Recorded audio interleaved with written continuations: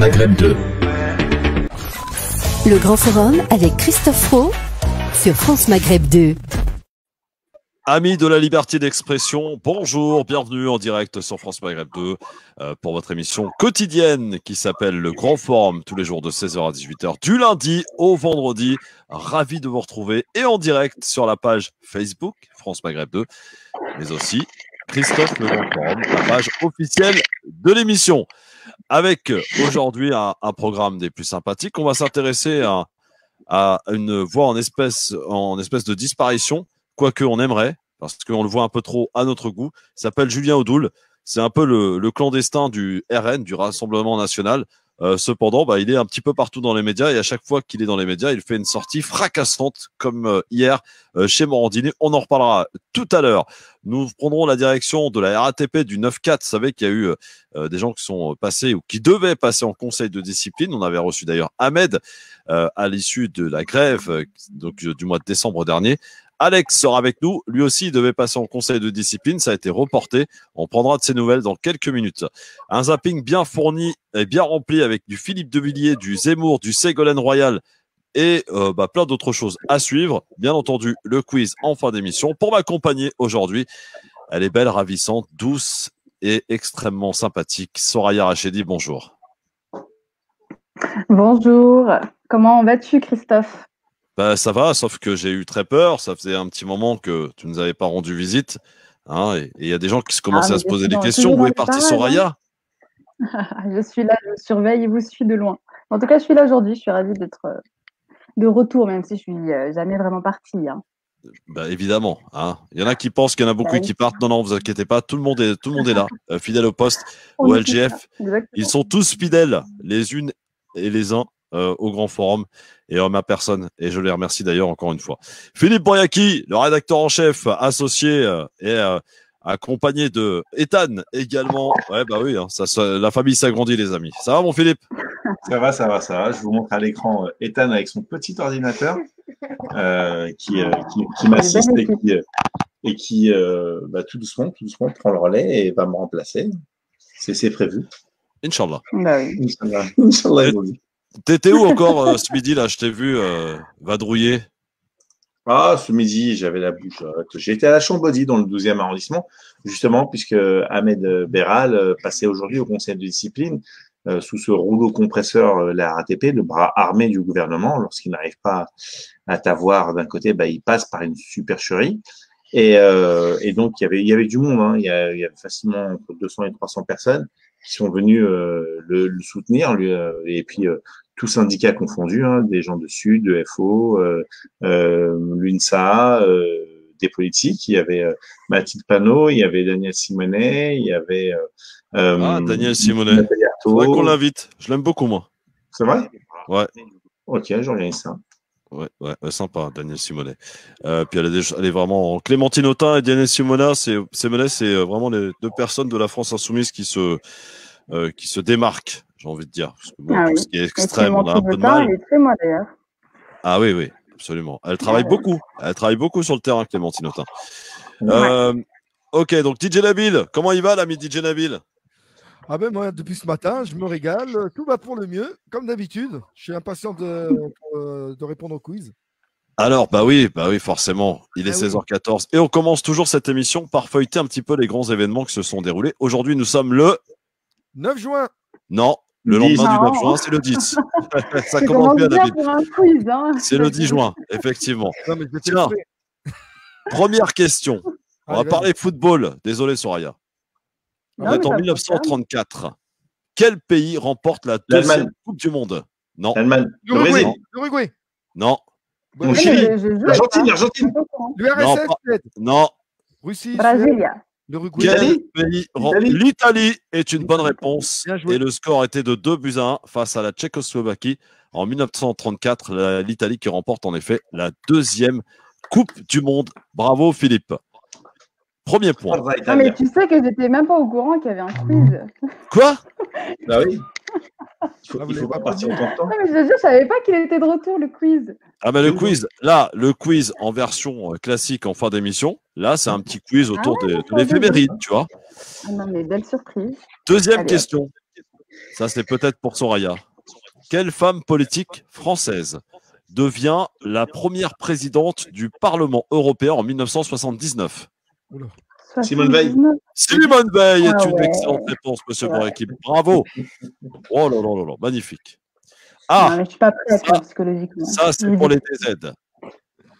Qu'officialise l'Assemblée nationale pour la première fois en 1999 en rapport avec l'Algérie?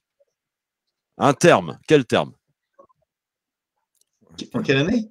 La 99. nationalisation, c'est pas maintenant. C'est avant. Non, non. Attends. Qu'officialise l'Assemblée nationale pour la première fois en 1999 en rapport avec l'Algérie? Il s'agit d'un terme. De quel terme s'agit-il? Les accords bilatéraux, Non. Guerre Ah. d'Algérie. La Mais guerre ça va. d'Algérie est une bonne réponse, Nabil, Oh, j'ai dit pour désigner Ah les ouais, mais opérations. c'est tard. Eh ben oui, effectuées c'est fou. en Afrique du Nord, pardon. Bonne Ouais. réponse de Pourquoi DJ il parle Nabil. toujours des événements, il parle toujours pas de la guerre d'Algérie lorsqu'ils doivent parler à la Guerre télé. d'Algérie, faisant référence aux événements qui se sont déroulés en Afrique du Nord. Quatrième question. Elle est née en 1942. Une actrice, mais aussi chanteuse française. Née en Indochine. Si vous me la trouvez, celle-là. Isabelle Jenny. Non. Chantal Alors, Goya. Chantal Goya. T'as dit quoi, Soraya? Chantal Goya, mais j'étais pas sûre. Chantal Goya est une excellente réponse. Chantal Goya. Mais j'étais pas sûre en Ah, fait. C'est pour ça attends, que j'ai- excuse-moi, Ouais, tu ouais. m'as dit actrice. Eh ben oui, elle a été actrice. Je suis Oui, oui. désolé. Chantal Goya. Actrice, mais aussi chanteuse française, née en Indochine. Vous le saviez qu'elle était née en Indochine? Non, pas du tout. Bah oui, Et c'est ça qui voilà. m'a. Bah, Elle on est l'a née trouvé là. en 1942. Bravo. Comment t'as trouvé, te demande Philippe? Bah, comment Ouais. j'ai trouvé? Parce que tu m'as dit, enfin, l'année de naissance en fait me disait quelque chose, mais tu m'as perdu en fait quand tu as dit Indochine. Ah bah oui, C'est pour ça que ah oui, j'ai voilà. dit. Mais tu l'as quand Ouais. même bien eu. Bon point de notre ami Soraya Rachedi. Allez, une dernière question pour la route. Je cherche cette fois-ci un musicien, mais aussi chanteur américain mort en 2004, extrêmement connu. Il a un rapport avec moi. Ray Charles. Il est Ouais, aveugle, Charles, du c'est coup, une excellente réponse, Boyaki. Ray Victoire incontestable de notre ami Boyaki pour ce premier quiz. Vous aurez l'occasion de prendre votre revanche tout à l'heure. Bravo. Soraya et Nabil. Et tout le monde a marqué son petit point, c'est parfait. On est bien les amis. Bon, dans un instant, on va s'intéresser un petit peu à Julien Audoul qui a fait une sortie, je le disais, fracassante. C'était chez Morandini, décidément. Il est à résidence là-bas, hein, chez Morandini, souvent en tout cas. J'ai eu à l'affronter. Je vous raconterai d'ailleurs les coulisses de ma rencontre avec cet énergumène du Rassemblement national, un multirécidiviste condamné à plusieurs reprises. Donc, quand il parle de racaille, moi je parlerai de lui, de racaille en col blanc. Eh bien, Julien Audoul a fait une sortie fracassante sur Adama Traoré. On en reparlera dans un instant. On aura Alex, bien sûr, pour parler de ce qui se passe à la RATP et de son conseil de discipline reporté.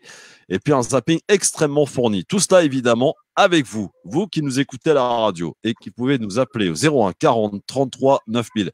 Vous aussi qui nous regardez sur Facebook, France Maghreb 2 ou Christophe Le Grand Forum. N'hésitez pas d'ailleurs à commenter, à poser vos questions, à partager. C'est très important pour faire connaître et s'exporter ce rendez-vous de liberté d'expression au quotidien. On compte sur vous. Partagez, c'est important. Voilà, n'hésitez pas. Avec Soraya Rachedi qui va se faire le relais de vos commentaires. J'aime bien quand Soraya se charge de vos commentaires. Ah, ça lui va tellement bien.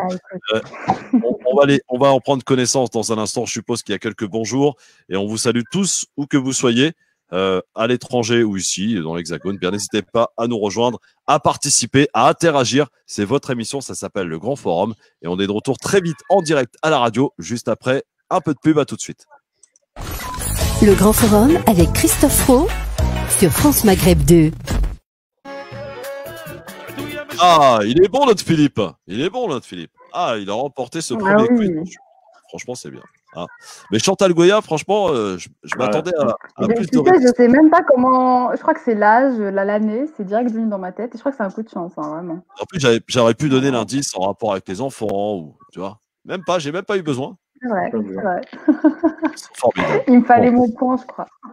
Alors, ma chère Soraya, les auditeurs, les spectatrices et spectateurs sont-ils au rendez-vous? Sont-ils déjà là? Ouais, ils sont au rendez-vous. Donc, il y a beaucoup de bonjours, comme tu l'as deviné, et des participations, du coup, au quiz. Donc, il y a Ilham qui nous dit bonjour, la belle histoire.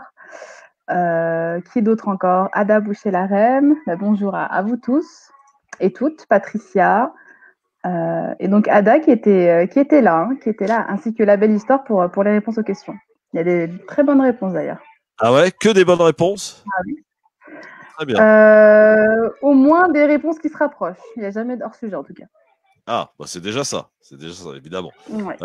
Bon, alors on va prendre connaissance de la petite question qu'on vous pose, mon cher Philippe, sur Twitter, le grand forum FM2. La question est la suivante. Odoul, Julien de son prénom, a déclaré sur CNews, dans l'émission de Jean-Marc Morandini, qu'Adama Traoré, écoutez bien, est mort parce que c'était une racaille et non pas parce qu'il était noir. Doit-il être poursuivi en justice pour ses propos? Que fait le CSA? On se pose la question, vraiment, des propos aussi gravissimes prononcés à une heure de grande écoute, quand même en pleine journée, aux alentours de 11h du mat, sur CNews. Qu'en pensent les auditeurs du Grand Forum, cher Philippe, sur le Grand Forum FM2 sur Twitter pour voter? C'est sans appel, hein, sans appel. 91,3% sont favorables à des poursuites contre M. Odoul. Oui, absolument. D'ailleurs, je vous raconterai tout à l'heure ma rencontre avec lui. Vous savez que j'ai eu à l'affronter, évidemment, dans l'émission de Morandini où j'étais invité. Il y a un truc qui me perturbe là. C'est quoi? C'est le dessin animé, c'est ça derrière? C'est ça. Je viens de couper le micro de Soraya. Ah oui, d'accord. Donc, en fait, Soraya s'ennuie tellement dans l'émission qu'elle regarde des dessins animés. C'est pas mal, ça, là. C'est pas mal. Bon, n'est-ce pas, Soraya? Vas-y, rallume-lui son micro, là, qu'on regarde. On va lui demander ce qu'elle regarde. Qu'est-ce que tu regardes? Non, mais elle a été gérée. Elle a été gérée d'un truc. Et Ethan apparaît à l'écran, normal. Salut, mon Ethan. Salut. Bon, ça va? Le formateur, il est bon? Oui. Oui, ça va. Il l'a regardé, genre, attention à ce que tu réponds. Hein. Fais attention. Bon, dis donc, il faut qu'on parle un peu de ce qui s'est passé hier soir, mon Fifi. Tu as été à la manifestation de SOS Merguez? Ah là là, franchement, j'avais mal au cœur pour. Coupe ton micro. Combien de personnes? Je sais pas, écoute, ils ont annoncé 2400 personnes. Ouais. Ah non, mais il fallait voir le grand titre de BFM TV hier soir. Grande mobilisation à Paris, place de la République. Franchement, BFM, vous êtes au top, les gars. Ils ont refait ma soirée. Ouais. Écoute, franchement, sérieusement, sans être médisant, je pense, écoute, samedi dernier, on a été à Choisy-le-Roi. Oui. Les services de renseignement m'ont dit il y a entre 1200 et 1500 personnes. Bon, admettons. Je pense que là, on était un petit peu moins, quand même. Honnêtement. Ah oui, quand même. Honnêtement, sérieusement. De toute façon, il y a nos vidéos, elle est sur le Grand Forum. Oui. Je veux dire, tellement que ça a été fatigant, je crois que j'ai même pas filmé quand ils ont fait les prises de parole. C'était fatigant. Il y avait Camélia Jordana. Ouais, mais tu me suis rendu compte après. Tu vois. Il y avait Camélia Jordana. Fallait l'inviter, elle. En plus, elle est au cœur de l'actualité, la pauvre. Ouais. Non, mais les guests, ils rentraient par un autre endroit. Il y avait une sécurité bizarre. Oui, avec la carte de presse, on passe partout. Ouais, mais on se mélange pas. Ça se mélange pas, tout ça. Soraya? Oui. SOS Merguez qui a fait sa manif hier. Bah écoute, je suis végétarienne depuis hier, donc. Même les merguez piquants, t'aimes pas? Ah non, mais si seulement ils seraient piquants, ils sont rien du tout. Ouais, c'est ça. Bon, ça a été un gros flop, quoi. On l'a compris. Oui, non, mais la récupération, à un moment donné, on tombe dans le piège la première fois et la deuxième fois, je pense qu'on réfléchit, quoi, tu vois. Oui, évidemment. Donc ça a bien été géré. Et je pense que, même à 5, c'est beaucoup trop de personnes là-bas. Pub. Le Grand Forum avec Christophe Roux sur France Maghreb 2. De retour sur France Maghreb 2. Merci d'être avec nous dans le Grand Forum en direct à la radio sur France Maghreb 2, en direct live et en image, les amis, sur Facebook. Christophe, le Grand Forum, France Maghreb 2, la radio, maison mère. Hein. Eh bien, on est là avec Soraya Rachedi, avec Philippe Bouriaki pour nous accompagner. Et je voudrais qu'on parle avec vous et vous allez pouvoir nous appeler si vous le souhaitez aussi au 01 40 33 9000. 01 40 33 9000. La question est la suivante, elle est toute simple, les amis. À propos de Julien Audoul qui a fait une nouvelle sortie fracassante hier, il faut qu'on en parle parce que c'est grave. Julien Audoul qui a déclaré hier sur CNews qu'Adama Traoré est mort parce que c'est une racaille. Doit-il être poursuivi en justice? Le score est sans appel sur Twitter. Vous avez voté, vous continuez de voter d'ailleurs sur le grand forum FM2. 91,3% des auditeurs pensent que oui, il doit être poursuivi en justice. Qu'en pensez-vous? Peut-être le mieux, c'est de regarder quand même ce qui s'est dit. Il y avait d'ailleurs l'excellente Esther Benbassa hier qui était présent à ses côtés. Il y a eu un échange poignant aussi. Il a tenté un peu de la déstabiliser. Esther Benbassa l'a remis en place comme il se doit. Regardez Julien Audoul et faire sa déclaration la plus dégueulasse qu'on ait pu voir. Quoique, il y avait peut-être eu pire, mais elle est pas mal. Mais M. Traoré n'a pas été tué parce qu'il était noir. M. Traoré a malheureusement été tué lors d'une interpellation parce que c'est une racaille. Moi, j'ai aussi une autre exigence, et je suis peut-être naïf, mais j'ai une exigence pour que la justice de mon pays, que la police de mon pays soit exemplaire. Et aujourd'hui, il y a des antécédents qui prouvent qu'elle ne l'est pas totalement. On se souvient de personnes décédées pendant des opérations de police. Je pense aux familles, et aux noms, famille Traoré, Dieng, El Yamni, Chao Yao. Donc, beaucoup de noms qui sont aujourd'hui une blessure pour les habitants des quartiers populaires. Et c'est pas, si vous voulez, moi, je vois pas en quoi c'est contradictoire de dire que il n'est pas normal qu'à la suite d'une opération de police, qui ait une verbalisation sur la voie publique, un jeune se retrouve avec la jambe défoncée. Voilà. Et je le dis parce que, mais juste, moi je le dis parce que Monsieur Audoul, vous, quand vous avez été mis en examen en avril dernier pour recel et détournement de fonds publics, vous étiez bien content à ce moment-là qu'on vous ait pas fracturé le genou ou qu'on vous fait perdre un œil. Voilà. Vous avez bien entendu comme moi, la déclaration est là.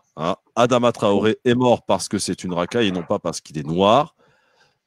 C'est la déclaration donc prononcée à la télévision sur CNews dans l'émission de Jean-Marc Morandini.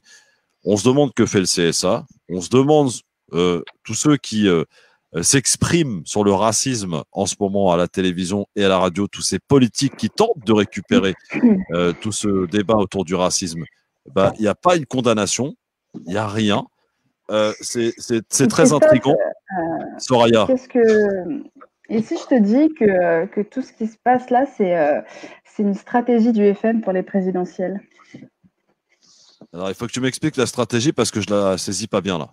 Elle est très simple. Tu connais Bad Cop et tu vois le gentil flic et le méchant flic. Et je sais pas si tu remarques, mais à chaque fois que Audoul déclare quelque chose de très choquant, qui est-ce qui vient juste après pour corriger ça et comment dire?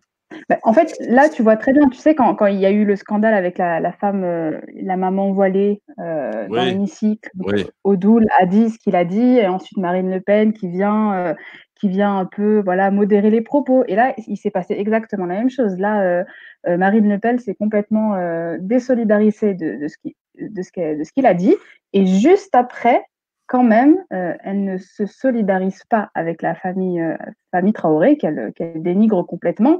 Mais en fait, ça, c'est une stratégie en politique qui est très connue, de montrer un extrême, de le monter tout en haut.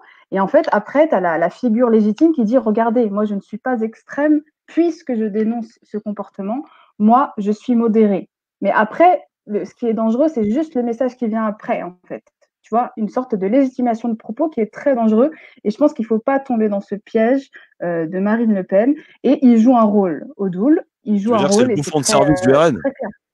Mais bien sûr, c'est vraiment la figure méchante. Bad Cop, il sait très bien qui il sert et pourquoi il le fait. Et moi, ça m'étonne même pas qu'il ne pense pas ce qu'il dit. Par rapport au personnage, ce que j'ai eu à l'affronter en plateau, justement dans cette même émission, c'était à propos de l'affaire Mila, vous vous en souvenez. Et on est en coulisses, donc tout le monde se prépare. Vous savez comment ça se passe quand on passe à la télé. On vous offre un café, on vous met à l'aise, tout ça. Et puis vient le moment où on vous équipe, le micro, tout ça. Et puis là, je me retrouve dans la même salle que Julien Audoul. Alors, c'est vrai que mon regard ne s'est pas posé tout de suite sur lui. Vous comprendrez pourquoi. Et voilà, on était l'un à côté de l'autre. Et comme je suis arrivé avant lui, normalement, la politesse voudrait qu'il dise bonjour, vous voyez. Donc j'attendais, pas un bruit. Voilà, pour qu'on rentre en plateau sans s'être salué. républicains que nous sommes, normalement, on se salue, même si on ne partage pas nos idées, que je trouve ces idées les plus dégueulasses, nauséabondes. Eh bien, l'émission commence, se termine. J'ai taqué 2-3 fois, comme il fallait. Et puis, on sort du studio. C'est pareil, là, bon, chacun brousse son chemin, j'ai envie de dire. Le producteur de l'émission me raccompagne à la sortie. Bref, je passe un petit coup de fil. Et puis, il sort à côté de moi, pas une salutation. Donc, non seulement c'est une racaille multirécidiviste, mais en plus, c'est quelqu'un qui est tout à fait impoli. Et en fait, tout ce qu'il dénonce sur les gens du quartier, il est pire. Il est ce genre de personnage des plus déplorables, une attitude des plus irrespectueuses. Ce mec est dégueulasse. Voilà. Non, c'est ça. Et je voulais te dire que la pire des cécités est celle des cœurs, Christophe. Ah bah ça c'est clair, oui, ça c'est clair. Non mais voilà, c'était pour raconter à quel genre. Moi je pense que j'aurais eu à rencontrer Marine Le Pen ou d'autres gens de ce parti. Elle m'aurait salué, quoi. Je veux dire, c'est normal. Je veux dire, on est des êtres humains, on se salue. Hein. Regardez, je suis bien obligé de serrer la main à des gens que j'aime pas. Hein, j'ai parfois envie de leur dire vous êtes un gros con et pourtant je leur dis pas, je les salue de manière républicaine et puis voilà quoi, ça s'appelle la politesse. Ma mère m'a éduqué, contrairement à voilà, je vais pas en dire plus parce qu'il paraît qu'il a la main facile en matière de procès. D'ailleurs, sachez à titre de parenthèse qu'il a poursuivi Yasser Louati, notre chroniqueur, et que Yasser Louati sera entendu la semaine prochaine dans le cadre de cette affaire. On espère qu'il va obtenir la relaxe dans cette affaire et j'espère que Yasser va même le faire condamner ce monsieur parce que il a été condamné à de multiples reprises. Hein. Ce monsieur se permet de parler des racailles sur les plateaux, mais ce monsieur est une racaille en col blanc. Il a été condamné à de multiples reprises pour recel, pour détournement d'argent. Enfin voilà, ces gens-là qui sont là à te donner des leçons à longueur de journée dans les plateaux de télévision sont les pires crapules, quoi. Donc, au bout d'un moment, Marine les Français Le Pen n'a rien s'y tromper, quoi. Que les Français Marine Le Pen n'a rien à perdre en l'utilisant, quoi, en fait. Tu vois bien. C'est le bouffon du RN, quoi. C'est ça, exactement. Qu'en pensent nos spectateurs là sur Facebook, Christophe Le Grand Forum, France Maghreb 2, n'hésitez pas à commenter et à nous dire ce que vous en pensez, bien entendu, sur ce personnage. J'avais pas trop envie qu'on en parle, mais je me suis dit quand même les propos sont graves. Mais alors, moi, je me pose la question, Soraya et Philippe, que fait le CSA? Cette soi-disant instance qui est là pour réguler les propos et les débordements dans les médias. Là, encore une fois, on a une preuve flagrante quand même d'un débordement important de la part de ce monsieur. Voilà, en plus, on est en pleine actualité autour de cette affaire d'Adama Traoré.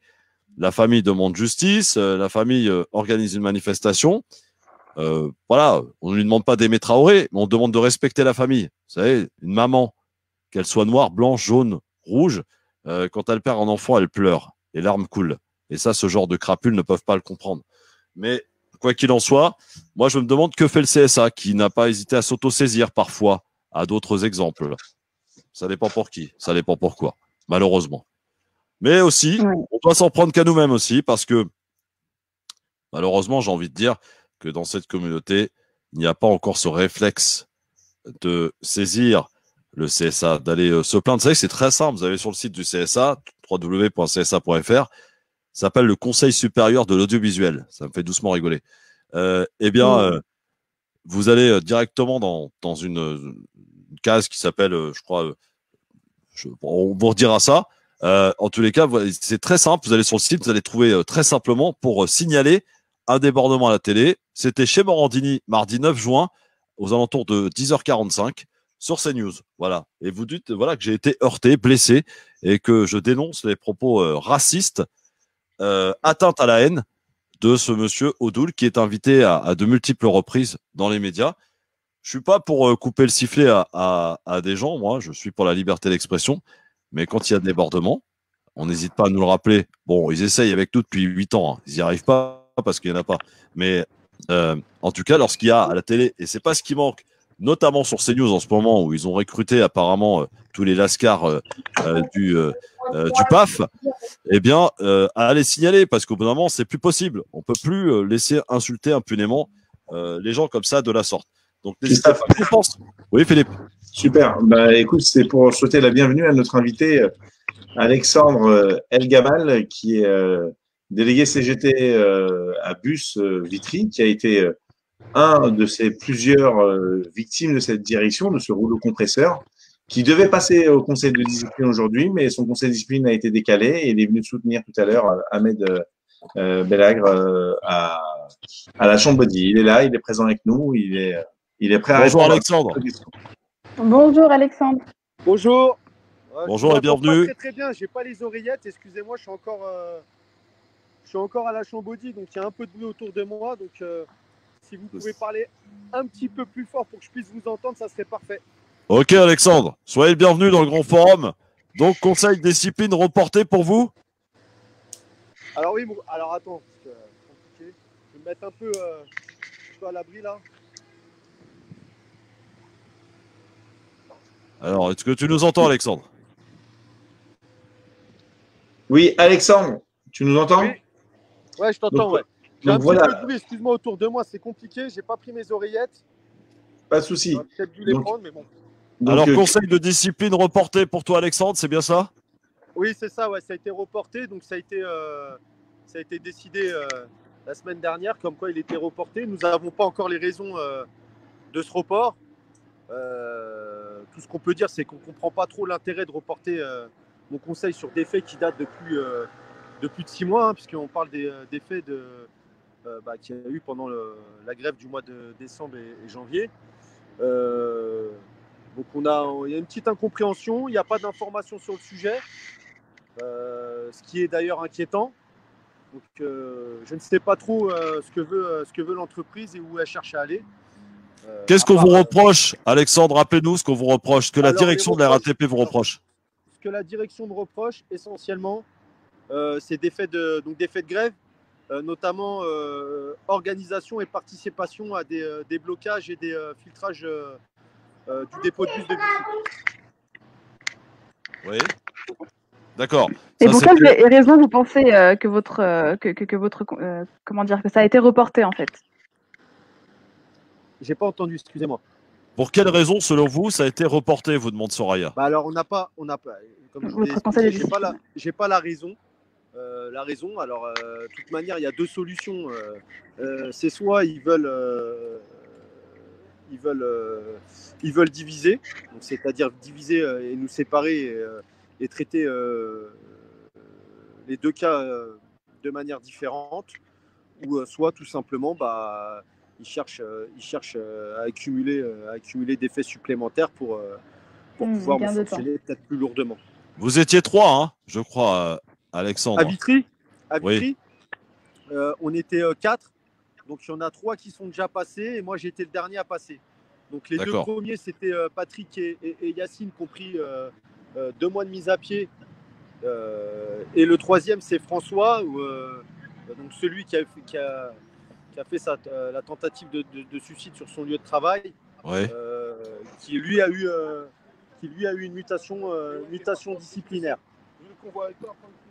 Une mutation disciplinaire. D'accord. Oui. Et en attendant, vous travaillez toujours, Alexandre? Oui, bien sûr, oui, je travaille toujours. Oui, j'ai pas arrêté de travailler d'ailleurs depuis que je suis sorti du mouvement. Donc j'ai fait mes 2 mois de grève et j'ai repris le travail le 27 janvier. Et depuis le 27 janvier, j'ai pas arrêté de travailler. Est-ce que justement, sur votre lieu de travail, est-ce qu'il n'y a pas une sorte de pression justement, histoire de vous faire craquer? Ah bah de toute manière, oui, il y a alors depuis de toute manière depuis. Et comment elle se traduit? Depuis l'histoire du mouvement social, là, le mouvement historique, on a bien compris que l'entreprise, elle n'avait pas digéré ce mouvement social. Et donc, suite à ça, de toute manière, le dialogue était très compliqué. Le climat aussi était très compliqué. Et ça ne s'est pas arrangé. Donc, il y a eu la crise sanitaire, où il y a eu clairement autre chose à gérer derrière. Où, pour le coup, cette crise, en plus, que ce soit le confinement ou le déconfinement, a été géré de manière chaotique dans l'entreprise. Donc, dans notre rôle aussi, on a agi pour dénoncer tout ce qui se passait dans l'entreprise. Donc, ça n'a pas plu. Et puis derrière, le climat, il s'est pas amélioré. Il y a une certaine rancœur de l'entreprise. Alors, à savoir pourquoi, on se doute bien que c'est qu'ils n'ont pas digéré les pertes financières qu'ils ont eues dues à ce mouvement social. Mais comme je disais, on a combattu une réforme de retraite, donc c'est quelque chose quand même qui dépasse le cadre de l'entreprise. Hein. C'était une réforme gouvernementale et on l'a combattu comme on a pu.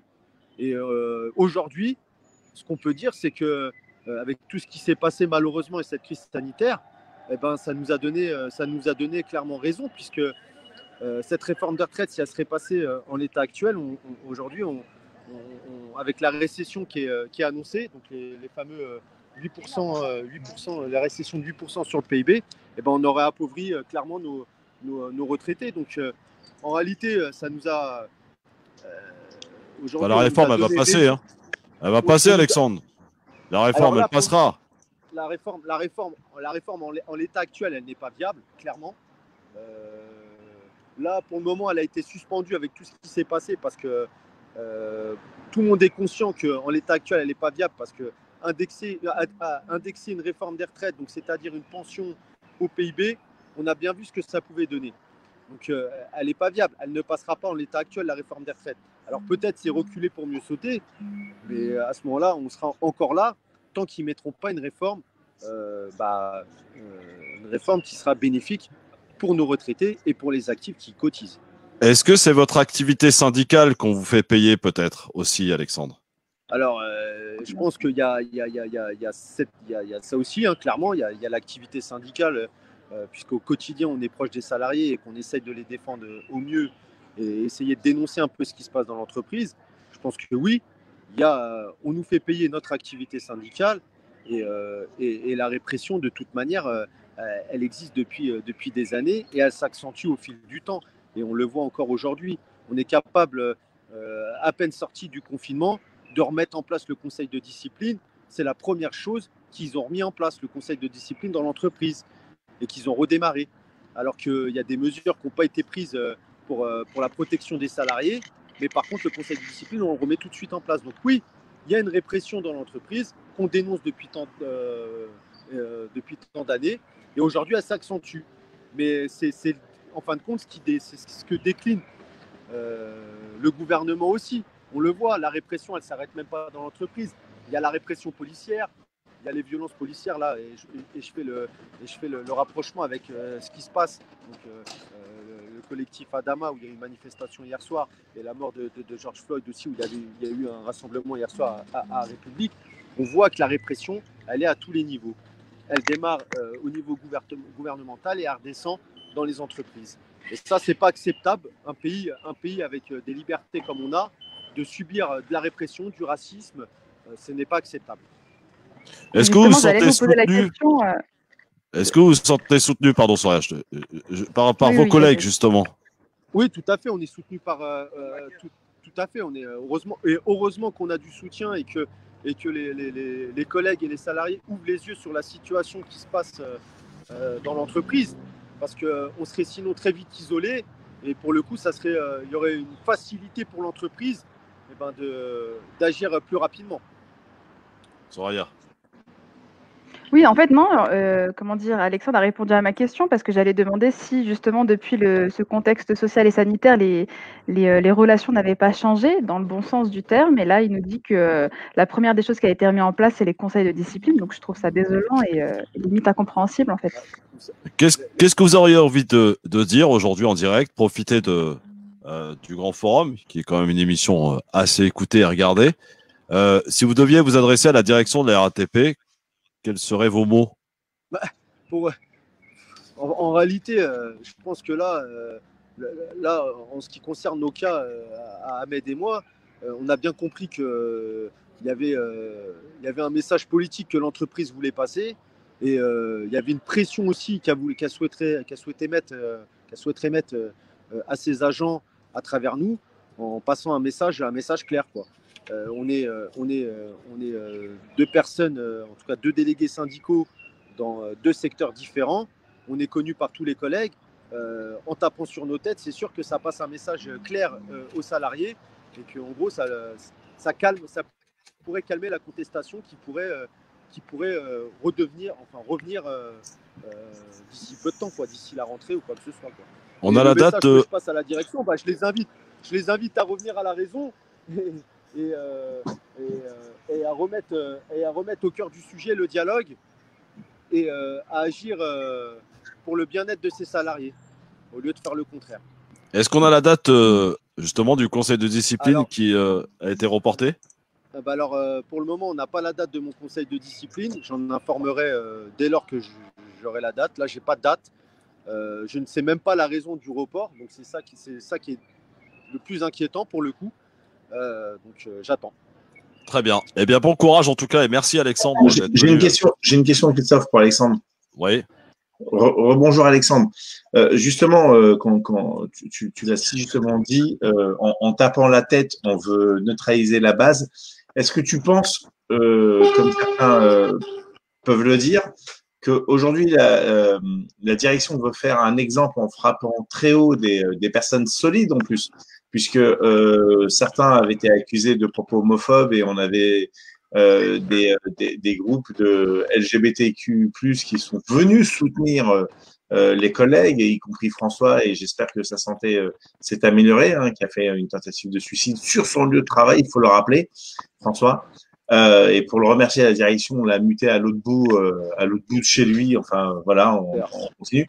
Mais est-ce que tu penses que là, la direction est dans une étape accélérée parce que on sait que 2024, privatisation de la RATP, ouverture à la concurrence, la régie pourra vendre des dépôts à ses propres filiales, hein, y compris à Transdev et y compris à RATP Développement, et en frappant très fort des personnes qui sont frappés d'un mandat de délégué syndical. Donc, je rappelle qu'ils sont des protégés, mais c'est pas pour ça qu'ils peuvent tout se permettre. Et loin de là, ce que vous avez fait appliquer le droit qui s'appelle le droit de grève.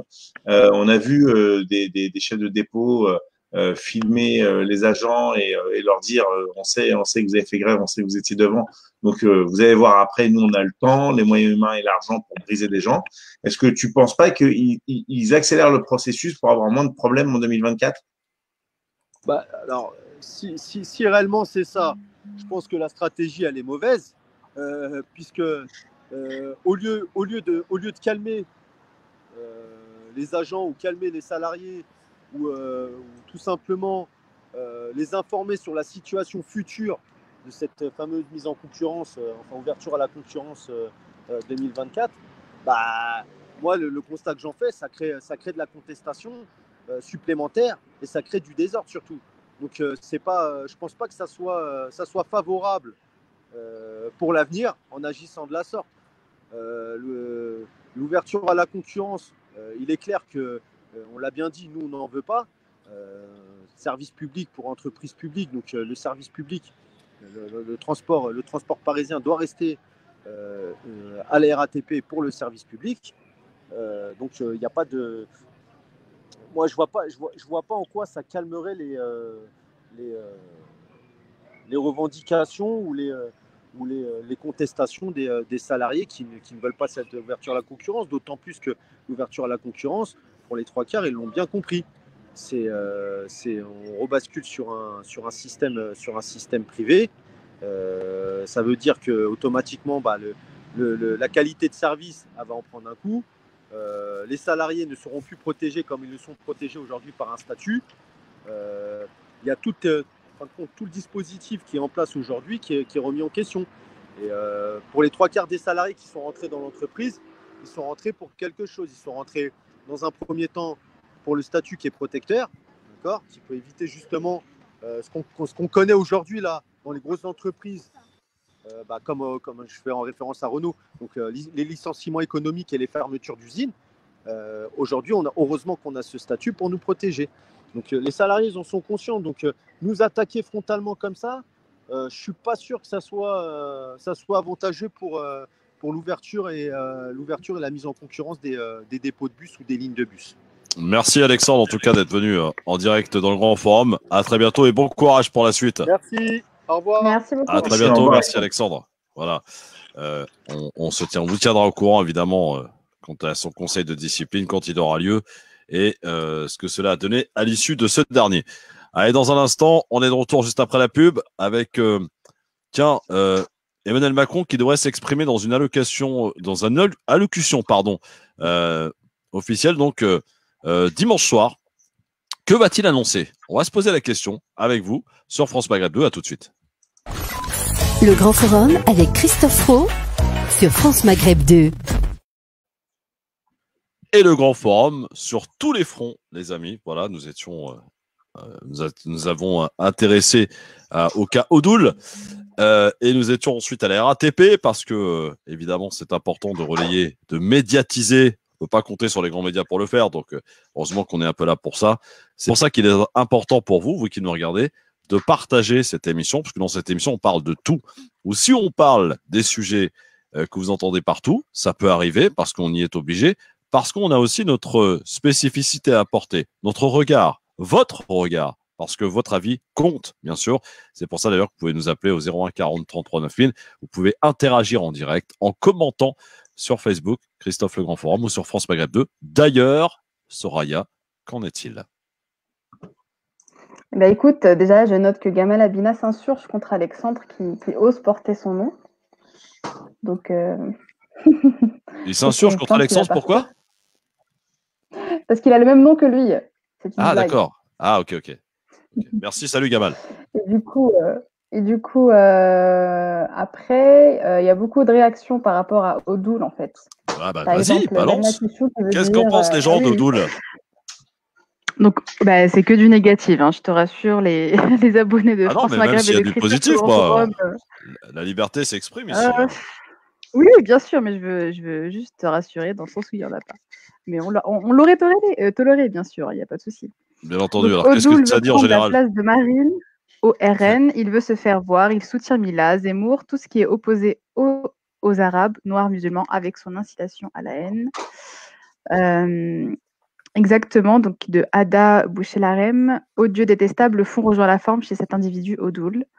Le problème, c'est l'impunité, celle des policiers impliqués dans ces affaires et celle des politiques, journalistes ou essayistes qui attisent la haine.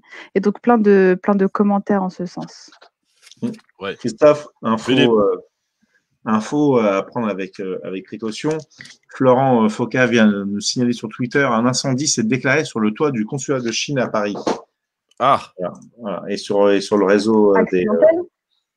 Ah bah écoute, là pour l'instant, on va laisser les pompiers faire leur travail et puis après, je sais accidentel ou pas. Visiblement, hier, il y a déjà eu un début d'incendie. Charles Baudry nous a informé dans le réseau des journalistes et 20 rue Washington, voilà. À vérifier avant d'y aller. Incroyable. Bon, on va se renseigner évidemment ce qui se passe du côté de. C'est l'ambassade de Chine, c'est ça? Le consulat. Consulat de Chine. D'accord. Bon, le toit a pris feu. Eh bien, n'hésitez pas en tout cas à commenter, à continuer de commenter sur Facebook et en live, les amis. France Maghreb 2, Christophe Le Grand Forum. Soraya, je t'ai pas posé la question parce qu'hier, tu n'étais pas là, mais est-ce que tu as prévu de partir en vacances au vu de ce qui se passe? On a vu que 59% des Français prévoyaient de partir en vacances et pour la majorité, prévoyaient de partir en France parce que, étant un peu dans l'expectative concernant le retour des vols et des voyages à l'étranger, sans compter certains pays comme l'Angleterre, par exemple, qui imposent une quarantaine de 14 jours. Est-ce que toi, tu as revu tes vacances à la hausse ou alors est-ce que finalement, tu restes à la maison? Non, je pense que je vais aller faire un petit tour en campagne, tout simplement. Et je pense que ça va faire du bien à la France de se reconnecter à elle-même et que les Français visitent un peu plus la France. Je pense que ça peut pas faire de mal. Bon, bien sûr, ça n'égalera jamais, économiquement parlant, le flux des touristes, mais voilà, c'est temporaire. Et courage à tous les commerçants, restaurateurs, directeurs d'hôtels, etc. pour cette crise-là. Mais en tout cas, oui, moi, je compte aller m'aérer l'esprit avec. Quand tu parles de campagne, c'est où à peu près? J'ai pas entendu la fin de ta question. Quand tu parles de campagne, c'est où à peu près? Dans quel genre de campagne? À 1-2 heures de Paris, j'imagine. D'accord. Donc c'est pas au bord de la mer, c'est pas à la montagne. Oui, je t'entends, oui. Oui, on t'entend, Soraya. Ah, ok. Non, c'est moi qui ne vous entends plus. Ouais, donc je disais à 1 ou 2 heures de Paris. D'accord, mais c'est pas à la mer, c'est pas à la montagne. Pourquoi pas? Ah. Soraya. On a perdu Soraya. On a perdu Soraya. On a perdu Soraya. Là, ça devient pas bon. Les amis, il y a. La fin de fin. Il C'est la fin des fins. Bon, Soraya, on va la retrouver. Ne vous inquiétez pas, tout va bien. En direct sur Facebook, Christophe Le Grand Forum, France Maghreb 2. Vous pouvez d'ailleurs aller voir les images de la manifestation d'hier de SOS Racisme, qui en matière de récupération, bien les gens ne sont pas été pris au piège, hein, n'est pas franchement au rendez-vous. Beaucoup de journalistes, bien entendu, beaucoup, beaucoup de politiques aussi. Beaucoup de politiques, beaucoup de gilets jaunes. Beaucoup de gilets jaunes sont venus un peu foutre le bordel dans la manif, un peu d'ambiance, quoi. Hein, ouais. Et puis, tout s'est bien passé. Il y a eu quand même ce moment un peu fort où plus de 8 minutes de silence, en référence à les 8 minutes de souffrance de George Floyd aux États-Unis. Oui, alors Fabien Roussel a eu un petit souci pour observer ces 8 minutes parce qu'il était sollicité par des journalistes. D'ailleurs, on lui a posé une question, ça lui a fait très plaisir. Ah, c'est reparti pour le direct. Le Grand Forum avec Christophe Roux sur France Maghreb 2. Bon, on est en direct, les amis. Merci d'être avec nous en direct à la radio France Maghreb 2, sur Facebook France Maghreb 2. Christophe, le Grand Forum, avec Soraya Rachedi, qui a un peu disparu. Bon, j'espère qu'elle va revenir. Ah, tu es là. Mais voilà. J'ai l'impression que j'ai une très très mauvaise connexion. Je ne sais pas ce qui se passe, ma chère Soraya, mais ça va s'arranger. Tout va bien. Vous m'entendez? Oui, on t'entend, Soraya. Tu nous entends, Soraya, rassure-nous. En fait, ça coupe. Je crois que j'ai une très mauvaise connexion là. Eh bien, ce que je te propose, ma chère Soraya, c'est de désactiver ta Wi-Fi puis de la réactiver, ça devrait aller. Voilà, essaye. Voilà, si on peut lui envoyer un petit message dans ce sens. Alors, le président de la République, Emmanuel Macron, on l'a appris aujourd'hui, devrait s'exprimer devant les Français dimanche soir pour une allocution officielle, attendue, importante. Que va-t-il dire, Philippe Bouriaki, si tu étais dans la peau du président Macron, que pourrais-tu dire à ce moment précis du déconfinement où les gens sont pressés maintenant, en ont marre, et sont pressés d'ailleurs qu'on réouvre les salles de sport, les cinémas, les restaurants à Paris. Que peut-il annoncer maintenant? On sait qu'il y a une bataille ouverte au sein du gouvernement entre ceux qui veulent la prudence pour le déconfinement et ceux qui disent maintenant ça suffit, les gens n'en peuvent plus. Il faut leur permettre de pouvoir reprendre une vie quasi normale. Que peut trancher le président de la République, Philippe Bouriaki? Écoute, les chiffres vont dans un sens positif. Et d'ailleurs, le professeur Raoult avait dit, c'est une grippe saisonnière, vous inquiétez pas, hein, dès qu'il va commencer à faire beau, ça va faire pchit. Visiblement, même s'il gagne à répondre à notre invitation, alors qu'il va sans problème sur BFM, qui le fracasse le soir même venu. Bon, ça, c'est juste très drôle pour la petite histoire.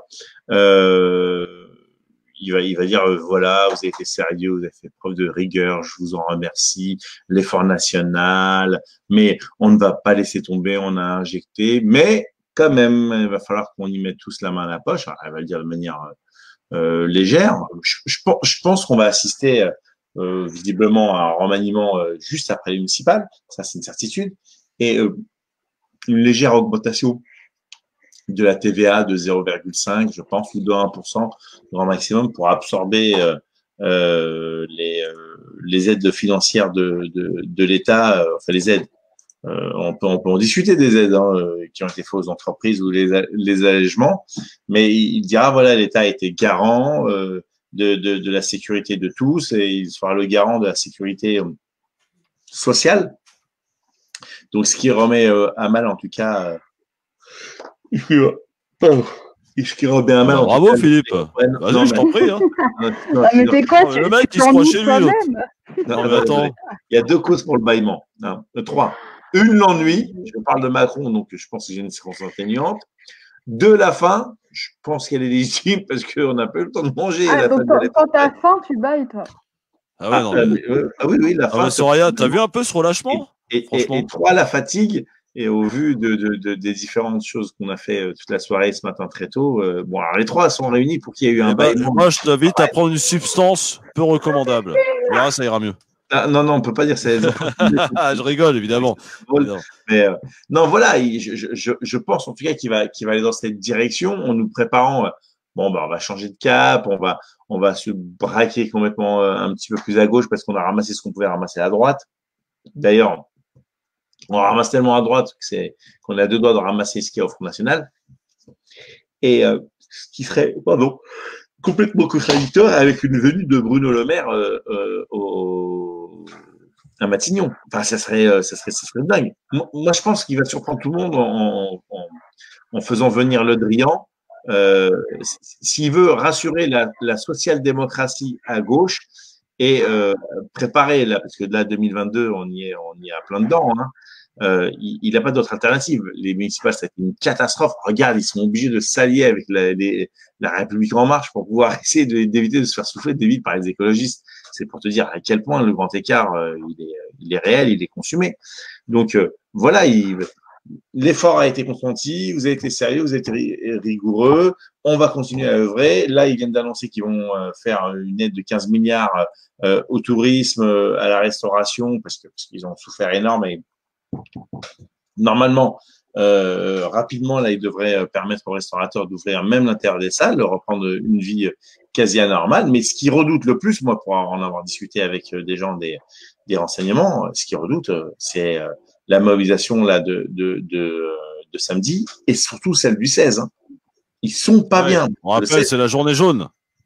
Alors, jaune et noir, là, samedi, à l'appel de Assa Traoré, vous retrouverez l'appel de toute façon sur le LGF, hein, nous l'avons diffusé. Nous ne sommes pas venus comme certains médias où on a eu la conférence de presse et après ils sont partis. Nous, on est restés jusqu'au bout parce que les gens avaient aussi des choses à dire et Assa a fait l'appel au Rassemblement national, pas au Rassemblement national le parti, mais le Rassemblement national, toute la nation des banlieues doivent venir le samedi à 14h30, le samedi 13 à République pour marcher jusqu'à Opéra.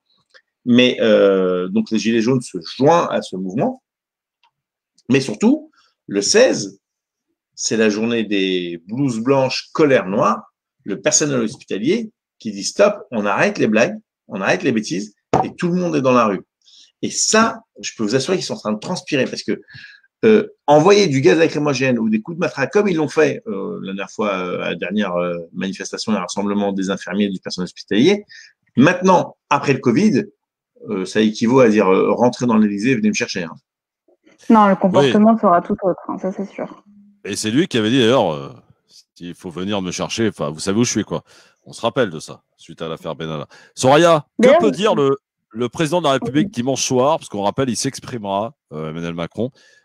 Donc dimanche soir, devant les Français, dans une allocution officielle. Que va te dire, selon toi? Franchement, j'en ai aucune idée.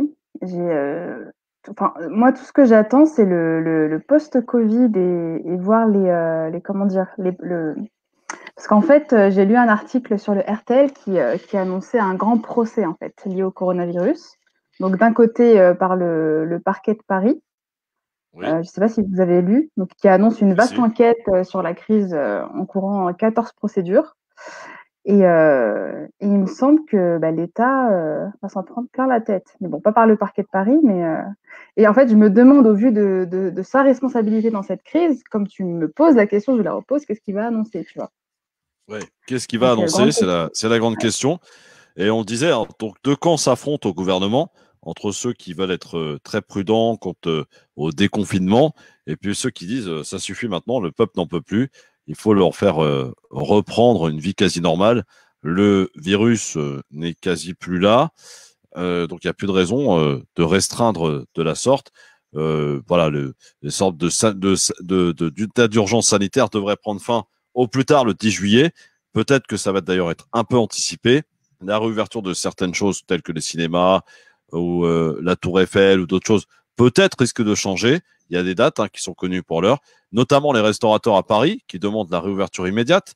Ils n'en peuvent plus, ils ont été évidemment étouffés. Vous savez qu'à l'issue de cette crise, il y a quasiment 50% des restaurants qui n'ont pas pu réouvrir parce que voilà, ils n'ont plus les moyens, plus les possibilités de le faire. Et puis alors, toutes ces entreprises, effectivement, à qui on a accordé un report de charge, les reports de charge, ils arrivent maintenant. Donc le problème, c'est quand vous n'avez pas eu d'activité pendant 3 mois, ou quasi pas, et c'est compliqué de pouvoir sortir bien pas mal d'argent pour faire un retard et un rappel sur les factures. Donc aujourd'hui, voilà, on est dans cette problématique auquel fait face donc les petites entreprises qui, pour le coup, ont elles plus de difficultés que les grosses entreprises du CAC 40, évidemment. Et donc voilà, ce qui risque d'être. D'ailleurs, le maire l'a averti. il risque d'y avoir beaucoup de licenciements dans les mois à venir. Il faut se préparer des centaines de milliers d'emplois en moins. C'est ce qu'il a déclaré en France. Donc, il faut se préparer. Ça va être très compliqué. La rentrée sociale risque, elle aussi, d'être compliquée.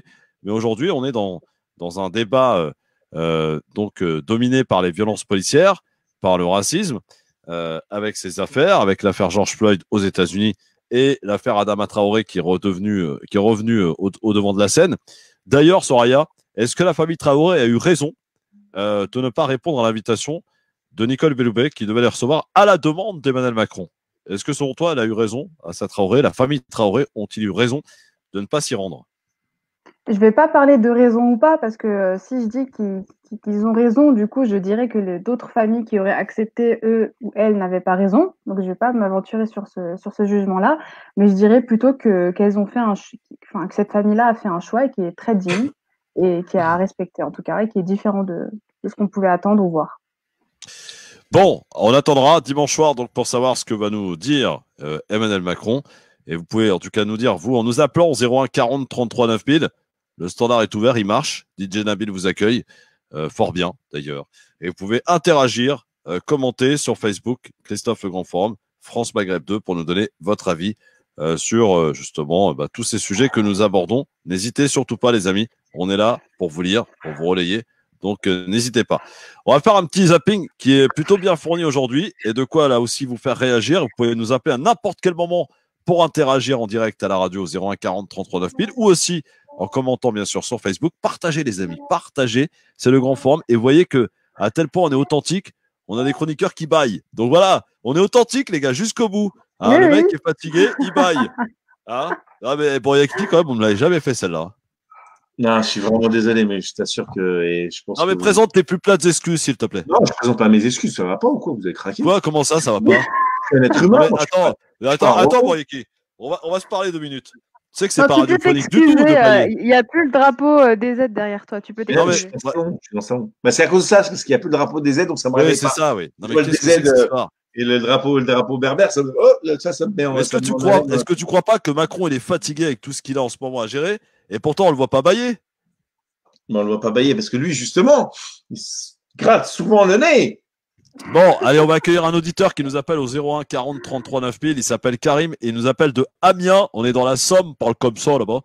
Bonjour Karim. Bonjour Christophe et bonjour tout le monde. Bonjour Bonjour. Karim, comment allez-vous? Ça va très bien et vous? Très très bien, on vous écoute. Qu'est-ce qui se passe Karim? Bon, ça serait juste réagir un petit peu sur l'actualité, etc., etc. Moi, je trouve que de toute façon, c'est comme ça. Tous les politiciens, ils sont toujours critiqués, ça sera toujours comme ça de toute façon. On n'est jamais content. Donc, je pense que comme M. Boulouati, comment dirais-je, il est là, on verra s'il est élu, par exemple, à Orly. On verra très bien ce qu'il va faire. Il va penser qu'à se mettre à l'abri, lui et sa famille, puis c'est tout. Hein. Après, les habitants de la ville, il ne va pas penser à eux, il faut arrêter. Donc, les politiques, c'est pareil. Hein. Je vais dire, il faut arrêter. Il faut arrêter de croire que qu'il n'y a pas de, comment dirais-je, ce sont des, comment dirais-je, ils sont humains. Ouais, enfin, une fois qu'on est au pouvoir, on prend vite le melon et puis on pense à se protéger et puis c'est ce que vous voulez nous dire, quoi, c'est ça. C'est ça, c'est clairement ça. Donc pour Yaki, s'il est élu à Orly, c'est ce qu'il fera, Ah, quoi. c'est moi qui parlais. Je dis, putain, il y a Ah un. oui, c'est toi. J'ai compris Briati. Je dis, quoi? Il y a un Briati. Pour Yaki, Ah! Excuse-moi, Karim. Je n'avais pas compris, c'était moi qui parlais. Quelle est ta défense, Philippe?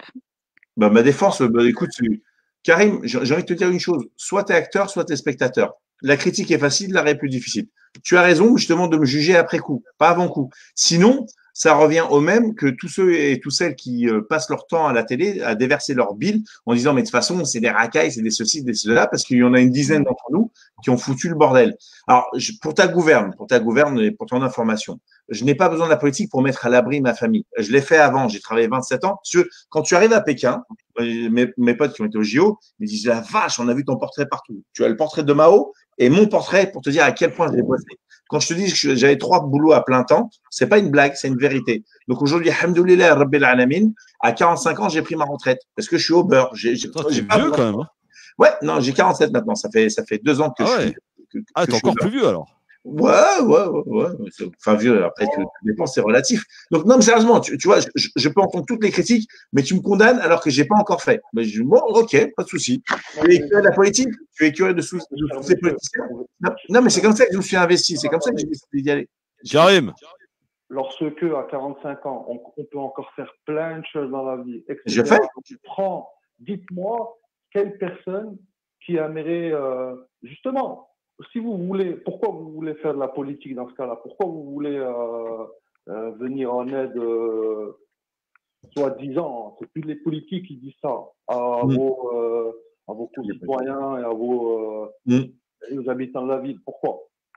Tout simplement, c'est soi-disant, c'est pour leur apporter du bien, c'est pour changer les choses. Soi-disant. Il fait les questions et les réponses. Ben non, c'est bon, c'est très bien. Et toi, pourquoi tu te présentes non, pas? Mais au moins, il s'exprime. Non, mais à mon avis, la politique, là, c'est pas s'exprimer. C'est faire les questions. Il est juge. Non, mais il est juge et parti. Je suis déjà condamné avant même d'avoir pu plaider et avant même d'avoir pu faire une erreur. Laisse-moi faire une erreur. Maintenant, mais il faut juste parler de ce qui existe. Je pense qu'il y a des maires qui sont compétents, juste ça. Non, mais visiblement, pour lui, il n'y a aucune personne qui fait de la politique qui le fait de manière sincère et désintéressée. Alors moi, je veux bien qu'on fasse le procès de tous les politiques, mais vas-y alors dans ces cas-là. C'est ce que j'ai pas arrêté de dire. Si le menu ne vous plaît pas, vous avez qu'à l'écrire vous-même. Tu peux pas rester sur le bas-côté. Tu peux pas rester sur le quai de la gare et laisser le train partir et dire non mais de toute façon celui-là il va au clash parce que le conducteur il est mauvais. Ben vas-y, va le conduire le train. Qu'est-ce que tu attends des autres? Moi je me suis engagé Karim, parce que justement j'en avais marre qu'on se foute de nous. Est-ce que tu as été envoyé par Jeanne Audet peut-être? Non. Moi, sincèrement, pardon Christophe, j'ai pas très bien compris. Non, c'est pas grave. Non, je me demandais si tu avais été demandé de. Bon, bah, c'est une connerie, laisse tomber. Bon, en tout cas, Karim, tu as pu t'exprimer. Non, mais attendez. Moi, j'habite à Amiens. Vous savez, j'ai rien à voir avec la campagne de monsieur. De monsieur, Bougouati. Boyaki s'appelle. Ah, c'est ça, ouais, Bougouati, je dis qui c'est celui-là? Excusez-moi. Moi, je trouve que monsieur Philippe, sincèrement, honnêtement, après, franchement, c'est pas une attaque ni quoi que ce soit. Moi, je trouve que votre campagne, comment elle est présentée, etc., je trouve que c'est trop. Je sais pas. C'est trop, quoi. Voilà, d'accord. D'accord. Merci, Karim. Attends, laisse-le finir. Non, mais ça y est, c'est bon, on va pas passer 3 heures là-dessus. Merci en tout cas, Karim, de t'être exprimé, d'avoir appelé et puis d'avoir. On verra très bien quand il sera élu. Voilà, Inch'Allah, bientôt. J'ai juste oublié de te dire que je ne serai pas tête de liste au 2e tour. J'ai fusionné et le candidat que j'ai décidé de rejoindre s'appelle Brahim Messassi. Voilà, t'as vu le mec? Il s'est dégonflé, hein. T'as vu, Karim? Ouais, bah non, j'ai respecté le choix des Orlésiens. Non, mais en tout cas, quand, par exemple, là, tu es un France Maghreb, d'accord?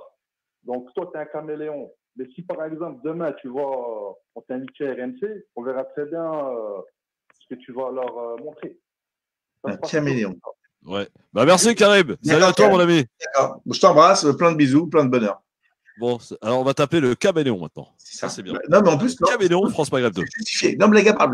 Non, mais attends. Alors, caméléon de France Maghreb, non, parce que là, visiblement, RMC, mais je préfère. Tu mets 6 drapeaux derrière toi, Philippe, forcément. Hein.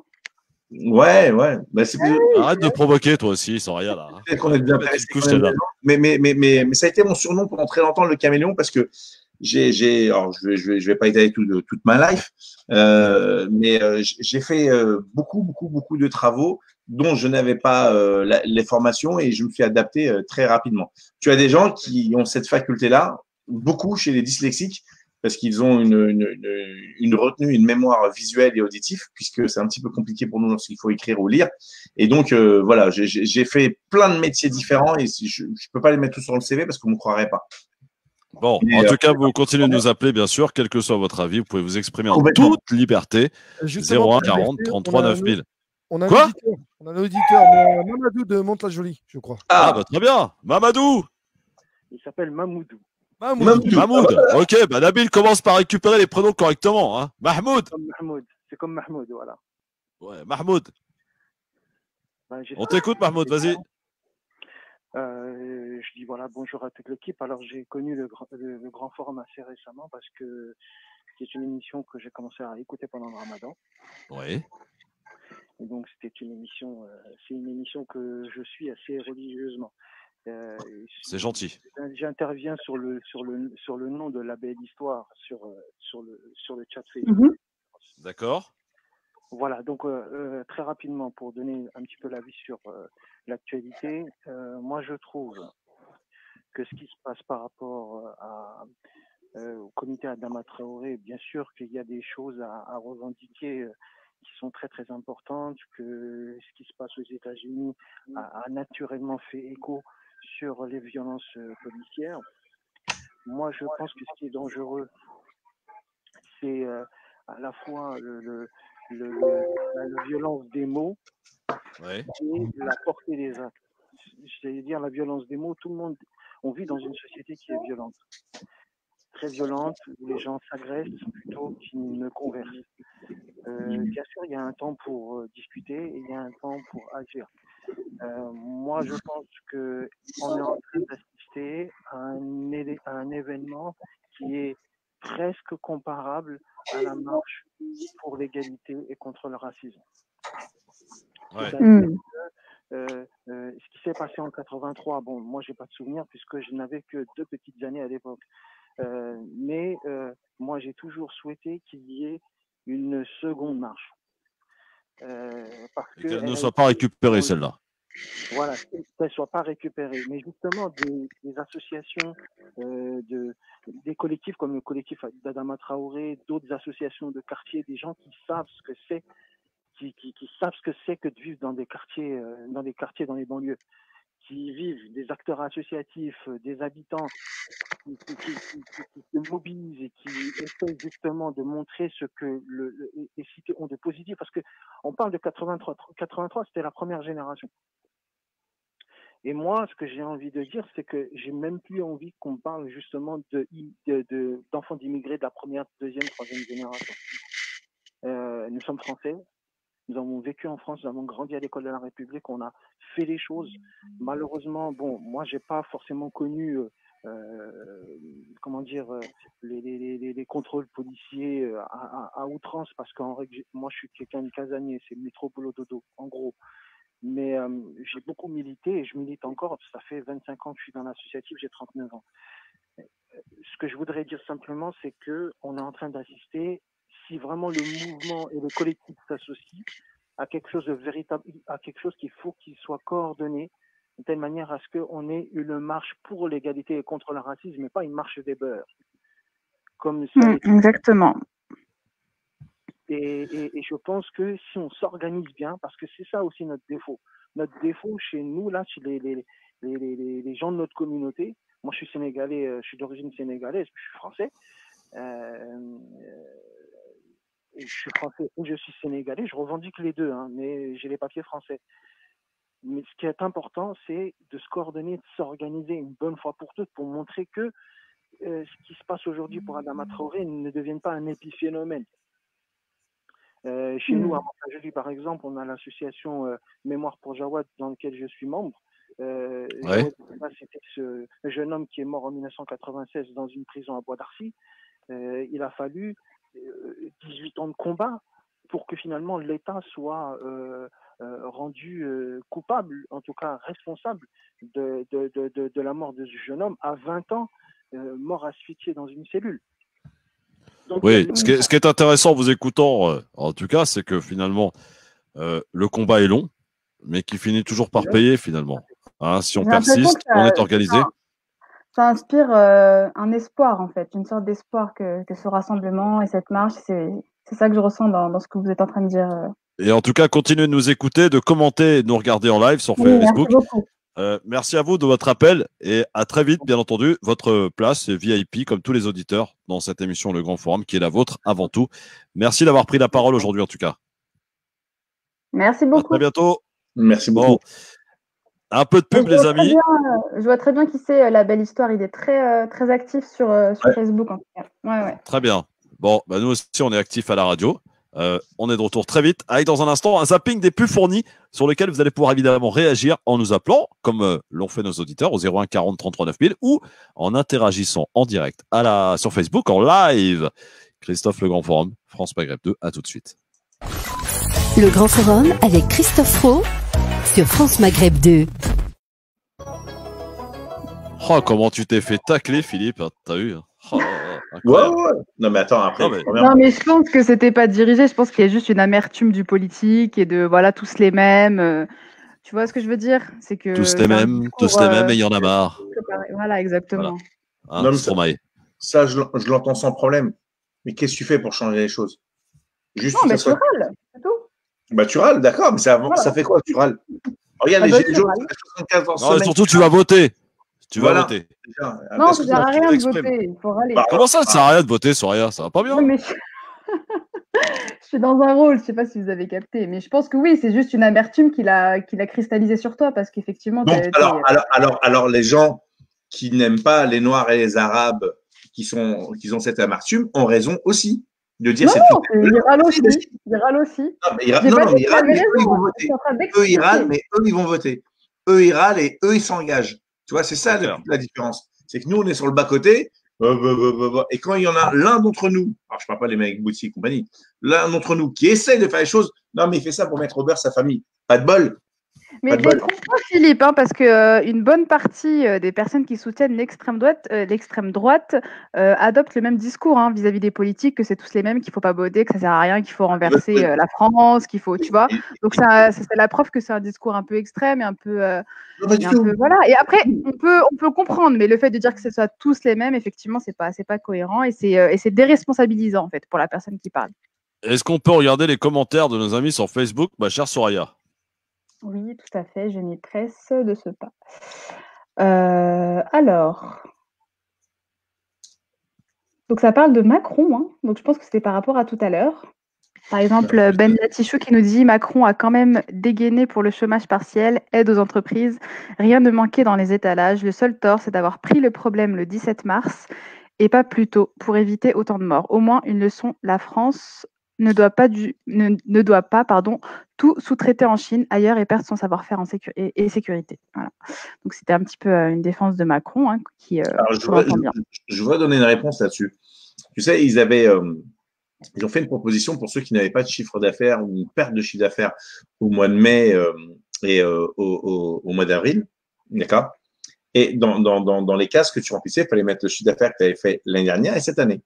Et moi, j'ai un copain qui a une pension d'invalidité, mais qui est payé au titre de la pension d'invalidité vieillesse. Et le fait qu'il touche cette pension d'invalidité qui est de 700 €, ne lui couvre pas les droits de pouvoir prétendre aux 1 300 € qu'il aurait dû avoir.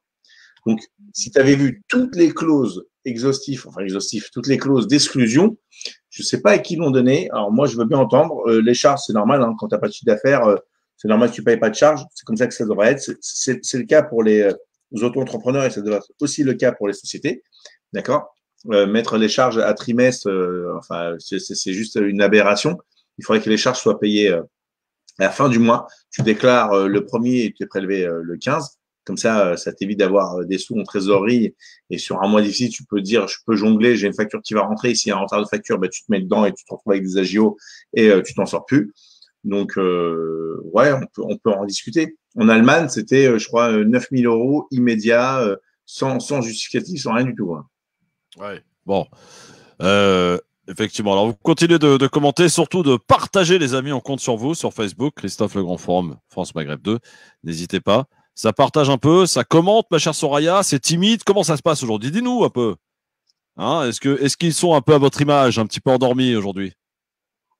Je vais couper le micro, donc je parlais dans le vent. Oui, non, ça commente beaucoup. Ilham qui nous dit pourquoi les commentaires sont supprimés. Donc, je ne pense pas que les commentaires soient supprimés. Je pense qu'il y a Alors, Ilham, je t'ai déjà répondu la dernière fois, je vais te répondre.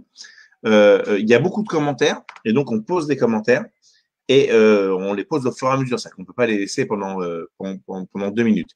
Deuxièmement, des fois, sur le logiciel qu'on a là pour pouvoir faire l'émission, par exemple, quand on passe à la pub, on est obligé de passer sur un autre dossier. Donc, on n'est plus sur celui des commentaires. Les commentaires ne se mettent pas automatiquement. Il faut que ce soit fait manuellement. Et quand tu reviens au code source, eh ben, tu sais pas à quel niveau tu t'es arrêté juste avant. Et donc, des fois, il y a des commentaires qui passent à la trappe. Et d'autres fois, tu ne sais pas pour quelle raison. Il y a des commentaires que vous mettez et que nous ne recevons pas. Vous savez, c'est une histoire d'autoroute. Si on vient tous au même moment, ah, pub! Ah, par exemple, là, je passe sur un autre. Le Grand Forum avec Christophe Roux sur France Maghreb 2. Bonjour les amis, en direct à la radio sur France Maghreb 2 pour la suite du LGF avec Soraya Rachedi, Philippe Bouriaki, en direct à la radio. Et je crois que nous avons une personne qui souhaite un peu te taquiner, mon Philippe. Décidément, c'est ta journée. Hein. Tu avais cherché un petit peu en même temps. Jean-Claude est avec nous au 01 40 33 9000. Bonjour Jean-Claude. Bonjour Jean-Claude. Jean-Claude, on y a ouvert le micro, Philippe? Oui, bien sûr, bien évidemment. Bon, il est où Nabil, Jean-Claude? Il devait être en ligne, il a dû partir, je ne sais pas ce qui s'est passé. Pourtant, je lui avais dit de rester à l'antenne, qu'on allait reprendre l'antenne après. Rappel, mon Jean-Claude, 01 40 33 9000, n'hésite pas, on est là. Bon, on va passer au zapping, les amis, parce que l'heure tourne. Hein. Et il faut qu'on vous montre quelques images que vous pourriez aussi commenter en nous appelant au 01 40 33 9000, aussi sur Facebook France Maghreb 2, Christophe le Grand Forum. Alors, mais avant ça, vous avez vu la nouvelle, la nouvelle étude de Harvard là à propos du corona ou pas? Qu'est-ce qu'il y a le corona, Soraya? Dis-nous tout. Que en fait, il y a une étude qui a été faite par l'université Harvard et qui vient de sortir, qui déstabilise un peu tout le monde parce que ils soupçonnent la propagation d'avoir commencé à la fin de l'été 2019 et non pas automne-hiver. Oui, mais ça, ne soyons pas dupes, on est en pleine confrontation entre deux blocs. C'est la Chine et les États-Unis qui s'affrontent aujourd'hui. Oui, et c'est à celui qui va essayer de trouver la faille. Hein, on va pas, faut pas se tromper là-dedans, les amis. Hein, c'est très clair, le jeu est clair. Alors, on va revenir. Excuse-moi. Qu'est-ce qu'il y a, Nabil? Il y a un auditeur ou une auditrice. Ah, bon, très bien. Allô, bonjour. Ça a encore accroché. Dis donc. Décidément, les mecs, on nous a envoyé tous les auditeurs de Skyrock ou quoi, là? C'est quoi le truc? Philippe, en fait. Dès qu'il a eu l'image avec ses points, je pense que les gens, ils ont peur. Alors, attentat de la préfecture de police, vous vous rappelez évidemment de Paris. La commission d'enquête parlementaire a livré ses conclusions. Et le moins que l'on puisse dire, c'est qu'elle pointe des gravités absolument importantes, des défaillances sur le suivi d'un certain Harpon. Regardez. Écoutez, c'était sur la RMC. Le 3 octobre dernier, Mickaël Harpon tuait 4 de ses collègues à la préfecture de police de Paris avant d'être abattu. Après 8 mois de travaux, la commission d'enquête parlementaire a livré ses conclusions. Benoît Ballet, elle pointe de graves défaillances sur le suivi de l'assaillant. Oui, Mickaël Harpon n'aurait jamais dû être maintenu dans ce service. La conclusion du rapport est sans appel. Selon l'enquête parlementaire, des indices de radicalisation avaient été décelés mais pas signalés. Et Mickaël Harpon, qui s'était converti à l'islam, avait dit à ses collègues à propos de l'attentat de Charlie Hebdo, c'est bien fait. Depuis l'attaque, des procédures ont été mises en place par la préfecture de police pour que les signalements soient systématiques et ensuite évalués. La commission parlementaire préconise d'aller plus loin avec 35 propositions. La principale est déléguer le recrutement des renseignements à la préfecture de police, à la direction générale de la sécurité intérieure et au renseignement interne des armées. Les rapporteurs du texte conseillent également d'étendre la portée des enquêtes administratives préalables au recrutement au personnel non habilité ou encore plus symboliquement d'instaurer une prestation de serment qui affirmera l'adhésion aux valeurs de la République pour l'ensemble des professions sensibles. Benoît Ballet, merci. Voilà pour en tout cas cette commission parlementaire sur l'attentat de la préfecture de police de Paris. Et Mickaël Harpon, qui vous en souvenez, s'en était pris à ses collègues. Et évidemment, le bilan a été terrible. 4 morts, si je me souviens bien. C'est ça. Tu as dit à 2 reprises l'attentat. Oui. Donc on est d'accord, c'est un attentat. C'est pas un type qui a pété les plombs et qui a réglé des comptes avec des collègues qui le brimaient, qui se moquaient de lui, qui lui sortait des injures et qui le maltraitait. Sauf que ce n'est pas un attentat terroriste comme on nous l'a vendu au début. On se rappelle de Castaner, on se rappelle de tous ces politiques qui sont sortis, évidemment. Le caractère terroriste a vite été enlevé. Et voilà, on nous apprend aujourd'hui que finalement, ce profil était plus ou moins dangereux, peut-être pour lui-même et pour les autres, et qu'il a été quand même maintenu à ce poste. Donc, c'est là aussi la gravité qui est à observer quant au suivi des personnes qui travaillent au sein de la préfecture de police de Paris. Donc, voilà.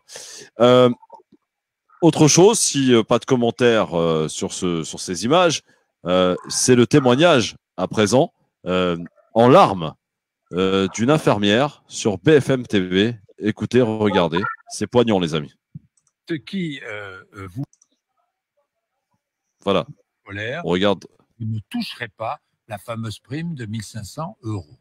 Oui, tout à fait. Alors, en fait, ça me met en colère, mais après, comme j'ai expliqué à plusieurs reprises, c'est pas pour l'argent que je fais ce travail. C'est pas pour ce que je gagne tous les mois. Combien gagnez-vous? Moi, je gagne 1 370 € avec 2 week-ends de prime. 1 370 € prime comprise? C'est ça. Donc, quand je suis en vacances. Net. Net, heureusement. Avec ma reprise de 11 ans d'ancienneté. Hein. Avec 11 ans d'ancienneté, vous gagnez 1 370 € net. Oui. Vous êtes aide-soignante. On voit combien dans les autres on est mal payé et on est sous-payé. C'est un véritable scandale, hein, ça. Véritable scandale. Alors, poursuivez.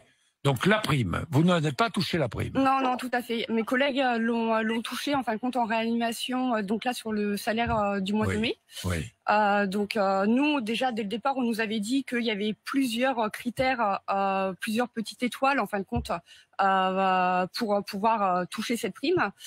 Bon, comme j'expliquais, dès la première petite étoile, tout de suite, on n'est pas dans les critères et tout de suite, on sait qu'on l'aura pas. Vous ne l'aurez pas. Donc, il fallait être présente, par exemple, dès le début du confinement, jusqu'à fin avril. Alors, justement, tiens, à qui est destinée cette fameuse, Quentin va tout nous dire, à qui est destinée cette fameuse prime de 1 500 €? Alors, à la règle, c'est 1 500 € dans les 40 départements les plus touchés par la crise, donc Île-de-France, Grand Est, Hauts-de-France, Bourgogne-Franche-Comté, Corse et Mayotte. En gros, voilà. Donc, Alicia a été éligible. Donc, vous étiez sur éligible. ce critère-là. 500 € dans les autres départements. Ça peut grimper jusqu'à 1 500 € selon les établissements pour certains soignants, pas plus de 40% du personnel. Et alors, pour les soignants venus en renfort, là, c'est intéressant, ils sont éligibles à cette prime, mais sous condition, selon le décret qui a été publié mi-mai.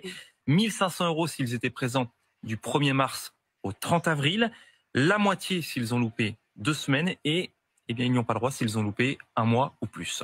Voilà, c'est votre cas. Alors, ma présence, en fin de compte, a été du 11 avril jusqu'à fin juin.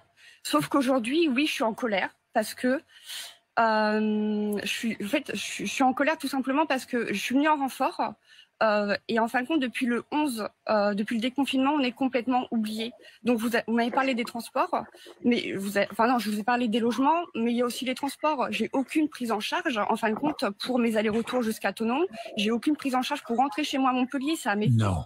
Donc la SNCF, bien sûr, comme vous savez, a augmenté les prix des billets, donc c'est pas facile. Je suis pas la seule dans cette situation, et c'est vrai que là, en fin de compte, les patients, ils sont encore en réanimation. Je suis encore en contact du Covid, je suis encore considérée comme renfort, et on est complètement oublié, en fin de compte, par ce gouvernement et par nos directeurs, et on n'a aucune aide.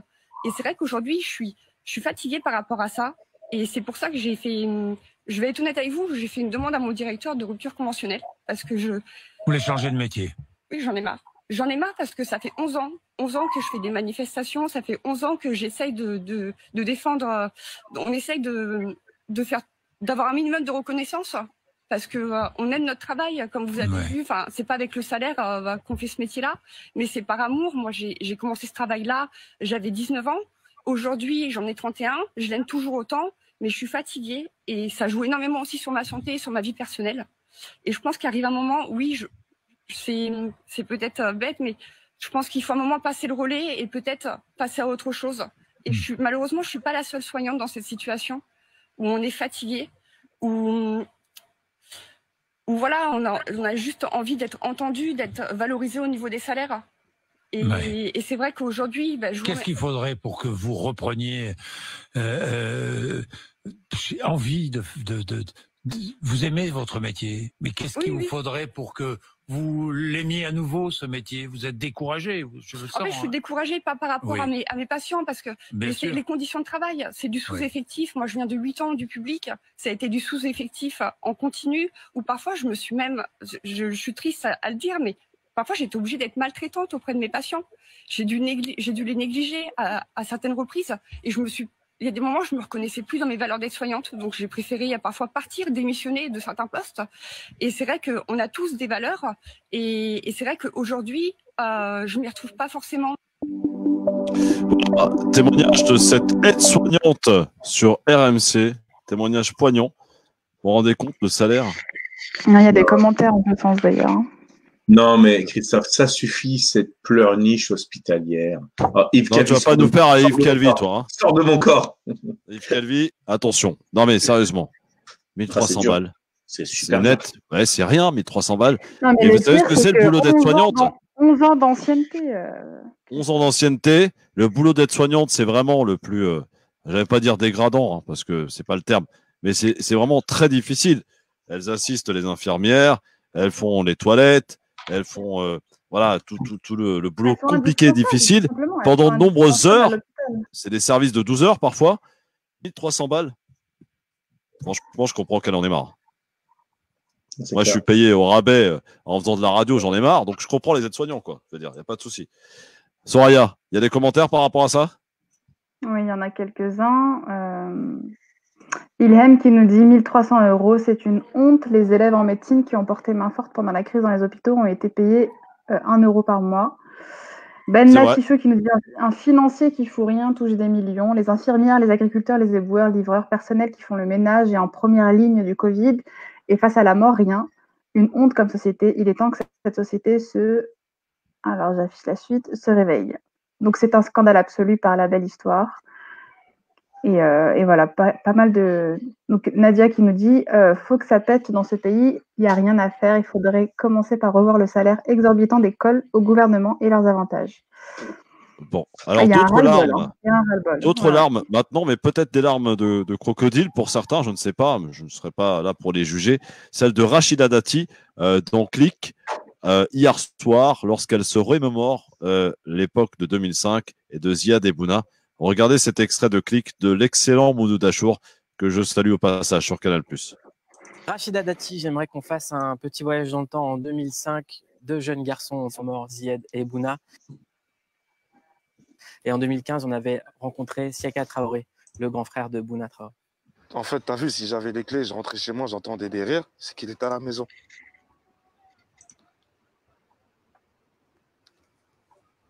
Oui. Et... Qu'est-ce qui se passe, mon Philippe? Non, c'est le reportage. Non, mais il n'y avait plus de son, là. Il aimait beaucoup le foot. Il Voilà, aimait c'est le bon. foot. Il était assez coquet. Tu vois, beau gosse, tu vois, il était toujours... Tu vois, il était apprécié de tout le monde, c'était le chouchou de tout le monde, c'était le mascotte, tu vois, c'était pas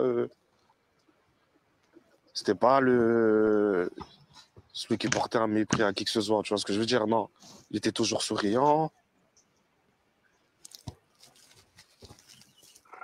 C'était mon petit frère, c'était un ange. Je le rappelle, à cette époque, vous travailliez avec Nicolas Sarkozy dans son cabinet. Comment est-ce que vous avez réagi à l'époque où il était ministère de l'Intérieur? On a reçu les familles. Moi, je me souviens de cet entretien, j'y étais.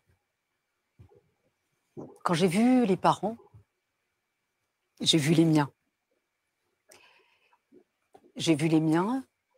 Quand j'ai vu les images, et ce n'est pas les images, parce que nous étions sur le terrain. On a vécu des violences urbaines pendant plus de 3 semaines. L'état d'urgence avait été déclaré. Qu'est-ce que vous voulez que je vous dise? Et après, c'est moi qui ai souhaité effectivement qu'il y ait une ouverture d'information. Parce que je voulais que ses parents aient des explications. C'est la première fois, Rachida Dati, que je vous vois émue. Parce que on est dans une société où si l'émotion déborde, où si vous dites les choses, j'ai tellement vécu de choses. On dit que vous vous victimisez. Je ne suis pas une victime. J'en ai tellement beaucoup. Et quand je vois, vous savez, Quand j'ai vu George Floyd sous le genou de ce policier, j'ai pas pu finir la vidéo. Parce que j'en ai vu des jeunes.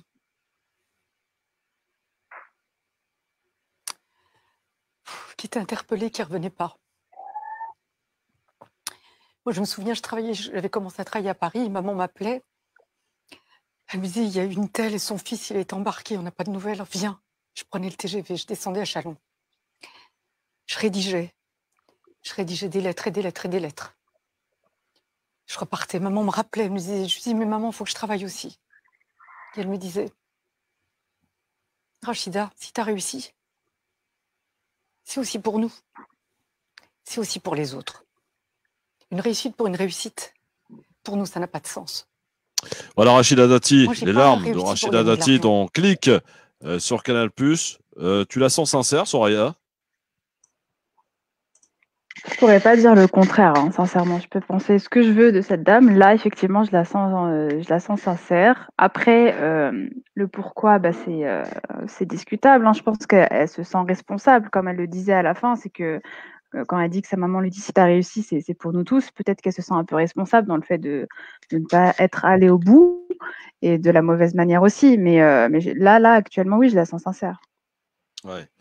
Alors, vous pouvez commenter évidemment, nous dire ce que vous pensez. C'est vrai qu'on l'a senti très ému, hein, Rachida Dati chez Mouloud Achour hier sur Canal+, dans l'émission Click.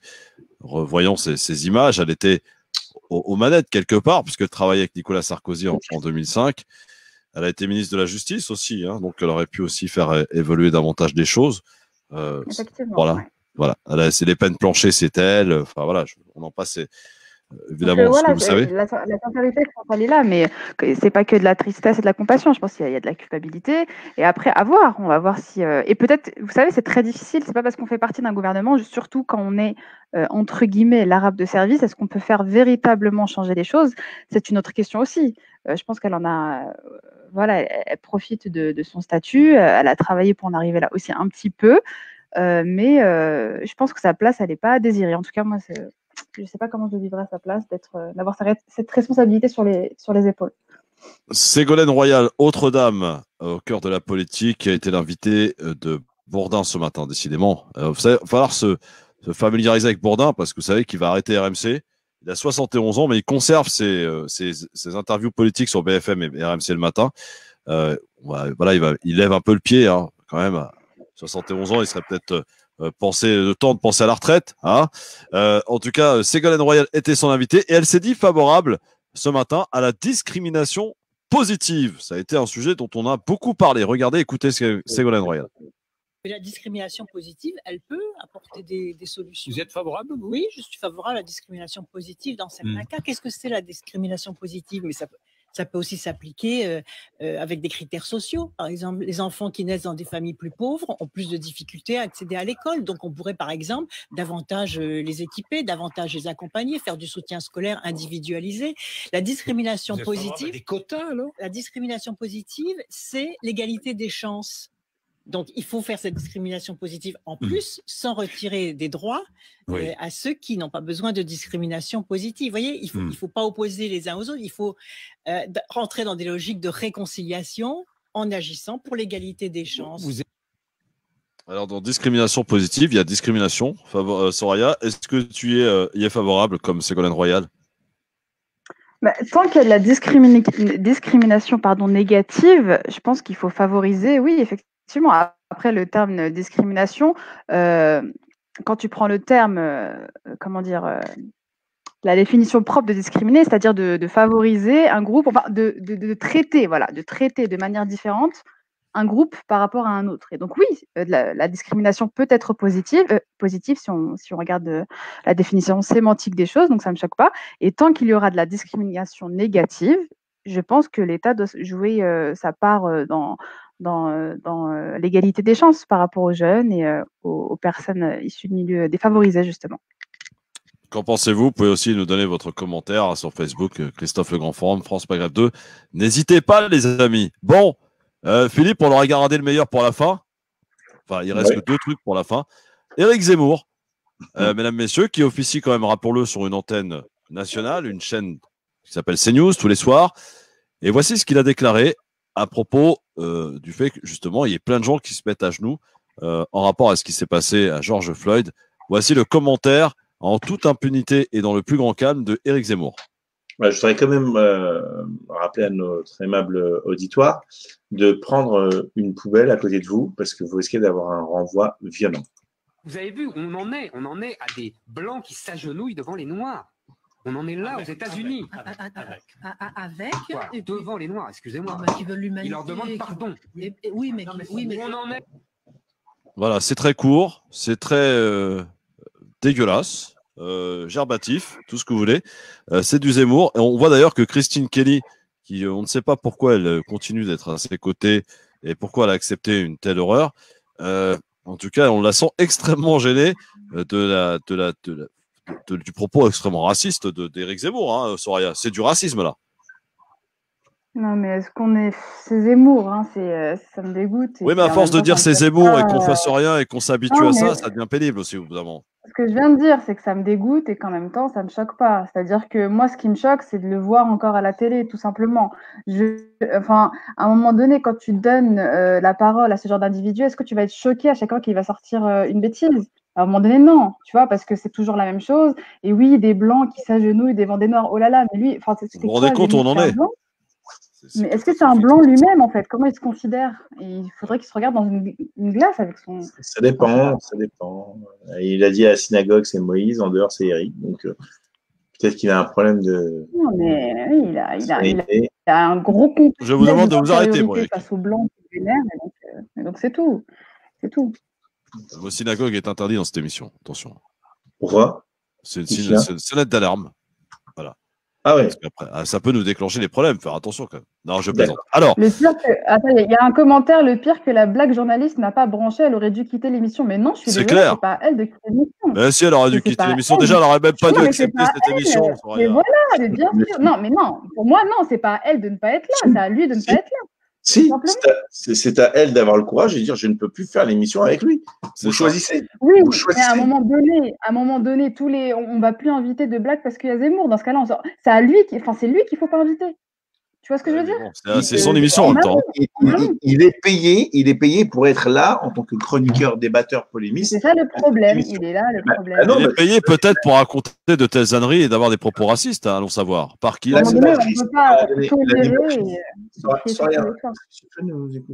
L'animatrice, à un moment donné, il faut qu'elle choisisse son camp. Elle dit oui, je continue avec ce mec-là qui me dit des choses. Ou alors, non, écoutez, vous choisissez, c'est lui ou moi. Je ne peux pas être avec lui, c'est plus possible. C'est plus possible. Bon. Alors, le meilleur pour la fin, les amis. Quand même assumer ses convictions, quoi. Philippe de Villiers, qui était l'invité de BFM TV, de Route Écrief hier soir, a fait des déclarations fracassantes. Emmanuel Macron l'aurait appelé il y a une quinzaine de jours. Voici ce qu'a dit Macron à De Villiers. C'est ce qu'il a révélé hier soir. Le 17 mai dernier, j'ai eu une conversation avec Emmanuel Macron. Et je lui ai dit, mais pourquoi il fait ça, Édouard Philippe? Pourquoi on ne déconfine pas plus vite? Et pourquoi les mêmes qui nous interdisaient les masques quand c'était nécessaire nous obligent d'en porter quand ça n'est plus nécessaire? Bon, pourquoi? Il m'a dit, Philippe, il gère son risque pénal. Il vous a parlé comme ça, de oui, son Premier ministre. Comme ça. Et de son Premier ministre. De son Premier ministre, oui. Le président de la République vous a parlé comme ça de son Premier ministre. Voilà. Et donc, en fait, ce que d'ailleurs j'ai dit plusieurs fois déjà, mais on ne m'a pas écouté, on ne m'a pas entendu. Il gère son risque pénal. Alors, c'est vrai que la judiciarisation de la vie politique française, c'est terrible. Voilà, De Villiers. Macron qui appelle De Villiers déjà. C'est déjà un problème quand même, quelque part. Mais il appelle en ce moment beaucoup de gens. Dès que Zemmour se fait cracher dessus, il l'appelle pendant 45 minutes. Voilà, il a appelé Bigard aussi récemment, apparemment, parce qu'il commence à s'inquiéter de sa colère. Et donc, il appelle De Villiers. Bon, bah, visiblement, Macron a d'autres de fréquentation quand même. Hein, quoi qu'il en soit, c'est très étonnant quand même qu'il ose critiquer son Premier ministre à quelqu'un comme Philippe de Villiers, où, connaissant le personnage, ça risque de se retrouver sur la place publique quand même. Donc, voilà. Qu'est-ce que ça t'évoque, ma chère Soraya, ces confidences de Philippe de Villiers? En fait, il dit qu'il protège, sa responsabilité, en fait. Là, Oui. je lisais qu'il y a 80 plaintes qui ont été posées à la Cour de justice contre différents ministres pour enquêter sur eux. Et donc, certainement, Édouard Philippe ne sera pas oublié. Mais j'ai envie de dire, quand ton Premier ministre est concerné, ne les tue pas tout autant, cher président. Donc voilà. Effectivement. Bon, allez, dans un instant, on va terminer cette émission tranquillement. Qu'est-ce qu'il y a? Ah, il y a un appel, j'ai pas vu. Il y a Fatah de Provence, c'est ça? Fatah, il est de Provins. Ah, bonsoir Fatah. Ouais, bonsoir, salam alaikum. Pardon, j'avais pas vu. Hein. Tu sais, c'est un peu. Je te pardonne, mais c'était long. C'était Ouais, très mais ça long. va. Eh oh, ça peut être encore plus long si tu me cherches. Hein. Tu sais, je peux laisser passer la pub. Voilà. Bon, Fatah, on t'écoute. N'oublie pas le nerf de la guerre chez toi, c'est tes auditeurs. Hein. Ça, tu as raison. Ça, tu as raison, mon Fatah. Mais je suis quand même le roi dans cette émission. Je fais ce que je veux. C'est comment ça se passe hein, en monarchie. Mais tu dois en prendre autant que tes chroniqueurs. Évidemment, évidemment. Bon, alors vas-y, Fatah. Moi, je voulais simplement juste parler de Rachida Dati. Oui, les larmes de Rachida Dati. J'étais agréablement surpris. Ah oui? En fait, je voulais simplement dire deux choses. D'abord, Click, c'est une émission. Fatah, tu vas m'engueuler, mais je suis vraiment juste obligé de te faire patienter parce que. Non, mais j'ai la pub. Non, mais j'y peux rien. Non, mais sérieusement, il est 51. Demande à Nabil. Combien de temps il nous reste avant la pub, Nabil? Là, on va relancer la pub, mais je vais essayer de laisser Fatah avec vous hors Anton. Voilà, comme ça, vous pouvez. Ah, d'accord, très bien. Alors, bouge pas, Fatah. On va faire. Nabil va vous faire un truc technique extraordinaire, hein, tout de suite. Je vais essayer. Ouais, Le Grand Forum avec Christophe Roux sur France Maghreb 2. On va voir si Nabil va réussir. Alors, Nabil, Fatah. Est-ce qu'on entend Fatah? On n'entend pas Fatah. Nabil, il n'y arrive pas. Oh là là. Nabil. Allô? Oui, Fatah. Voilà, est-ce que Fatah est là? Oui, je suis là. Voilà, ah, bah super. Bon, alors excuse-nous, Fatah, on a fait juste une petite interruption pub. On t'écoute. Ouais, là, c'est la pub. Là, on t'entend, tu sais, sur Facebook en live. Hein. Ah non, mais je plaisante, je plaisante. Moi, je voulais simplement dire que Rachida Dati m'avait agréablement surprise de par ce qu'elle a dit, parce qu'elle était quand même dans des confessions intimes, malgré tout. Oui. Allô? Oui, on t'écoute, Fatah. Non, mais j'entends quelqu'un qui dit j'ai la voiture. C'est Nabil. Mais c'est Nabil, il est en train de parler. Je sais pas, tu parles avec qui, Nabil, là? Tu fais quoi? Ma voiture brûlée, machin. Il est fou. Ferme ton micro, Nabil. Excusez-moi, je parlais avec un collègue. Tout leur expliquer. Attends, j'ai compris. Hein. Le joint de culasse. Ah, t'as des collègues, toi? T'as des collègues, toi, Nabil?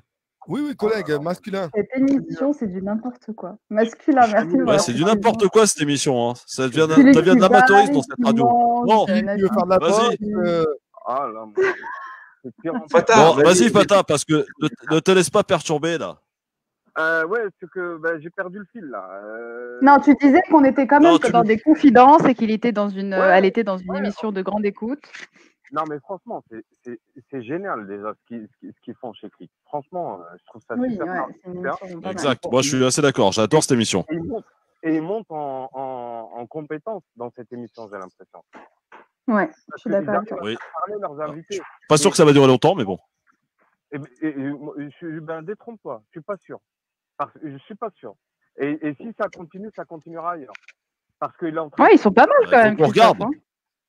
Non, mais il faut qu'on regarde. Il faut qu'on soit là justement pour encourager que l'audience soit au rendez-vous parce que ça marche comme ça dans les médias. Il ne faut pas se tromper. Hein. C'est l'audience qui fera le succès. Moi, je suis plutôt d'accord avec le constat de Fatah.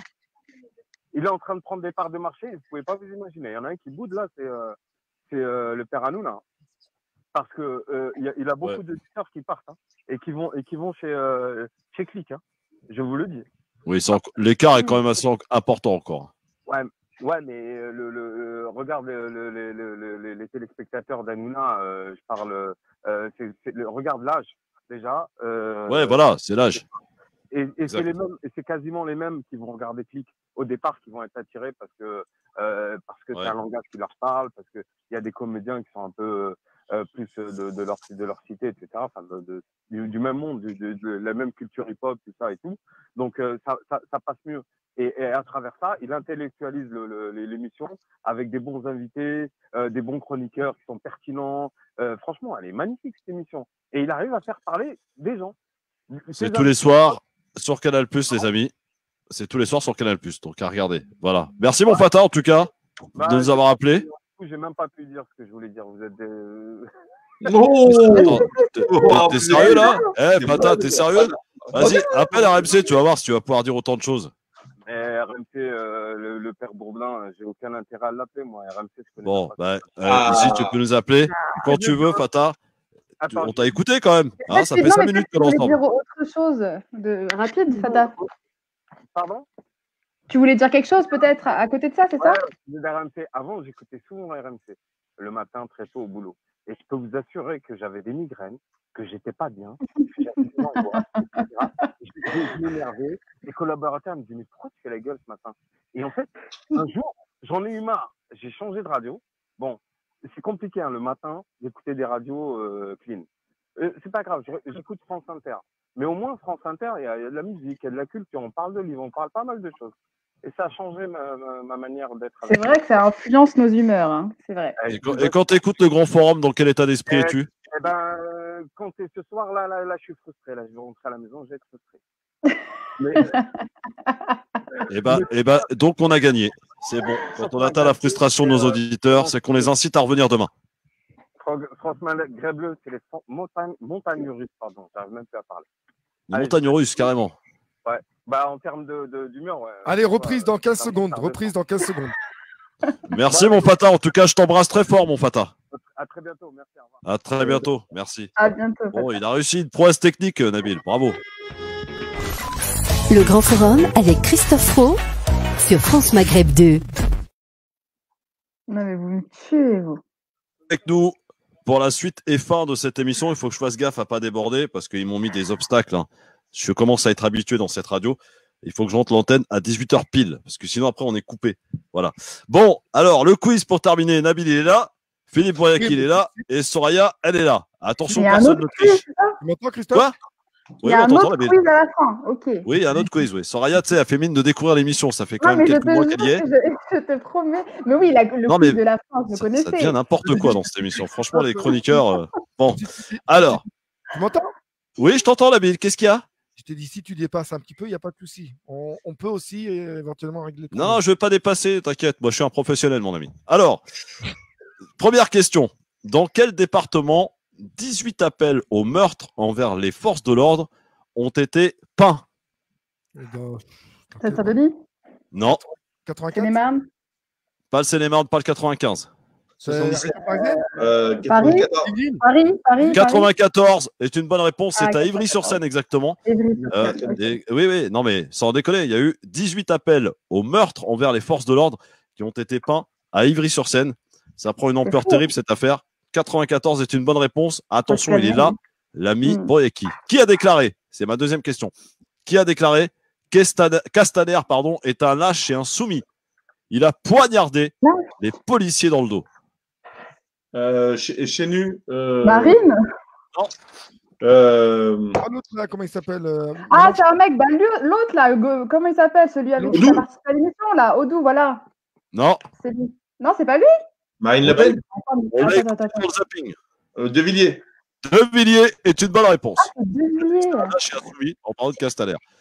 Tiens, troisième question. Quel joueur du PSG est visé par une plainte pour homophobie? Neymar.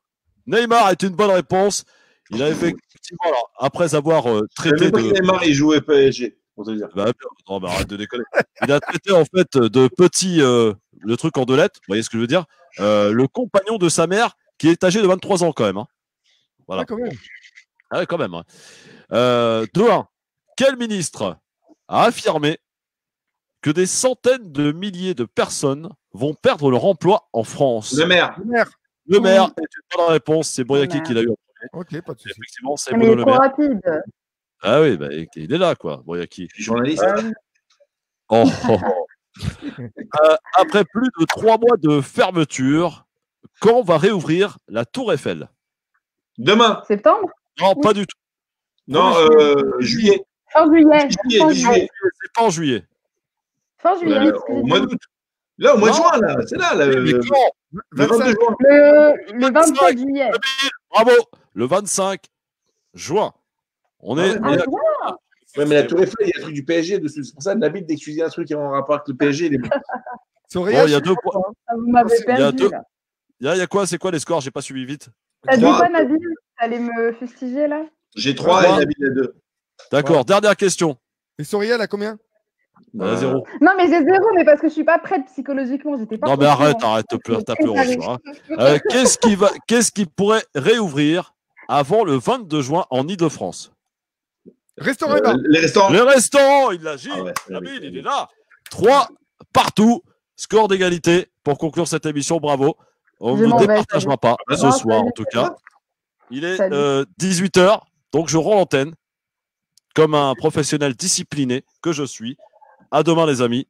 16h sur France Maghreb 2 et en live sur France Maghreb 2 et sur Christophe le Grand Forum si tout va bien. Et comme j'ai envie de dire désormais chaque soir, à demain, Inch'Allah. Salut Soraya, salut Philippe, salut Nabil, à demain. Salut tout le monde. Ciao. Le Grand Forum avec Christophe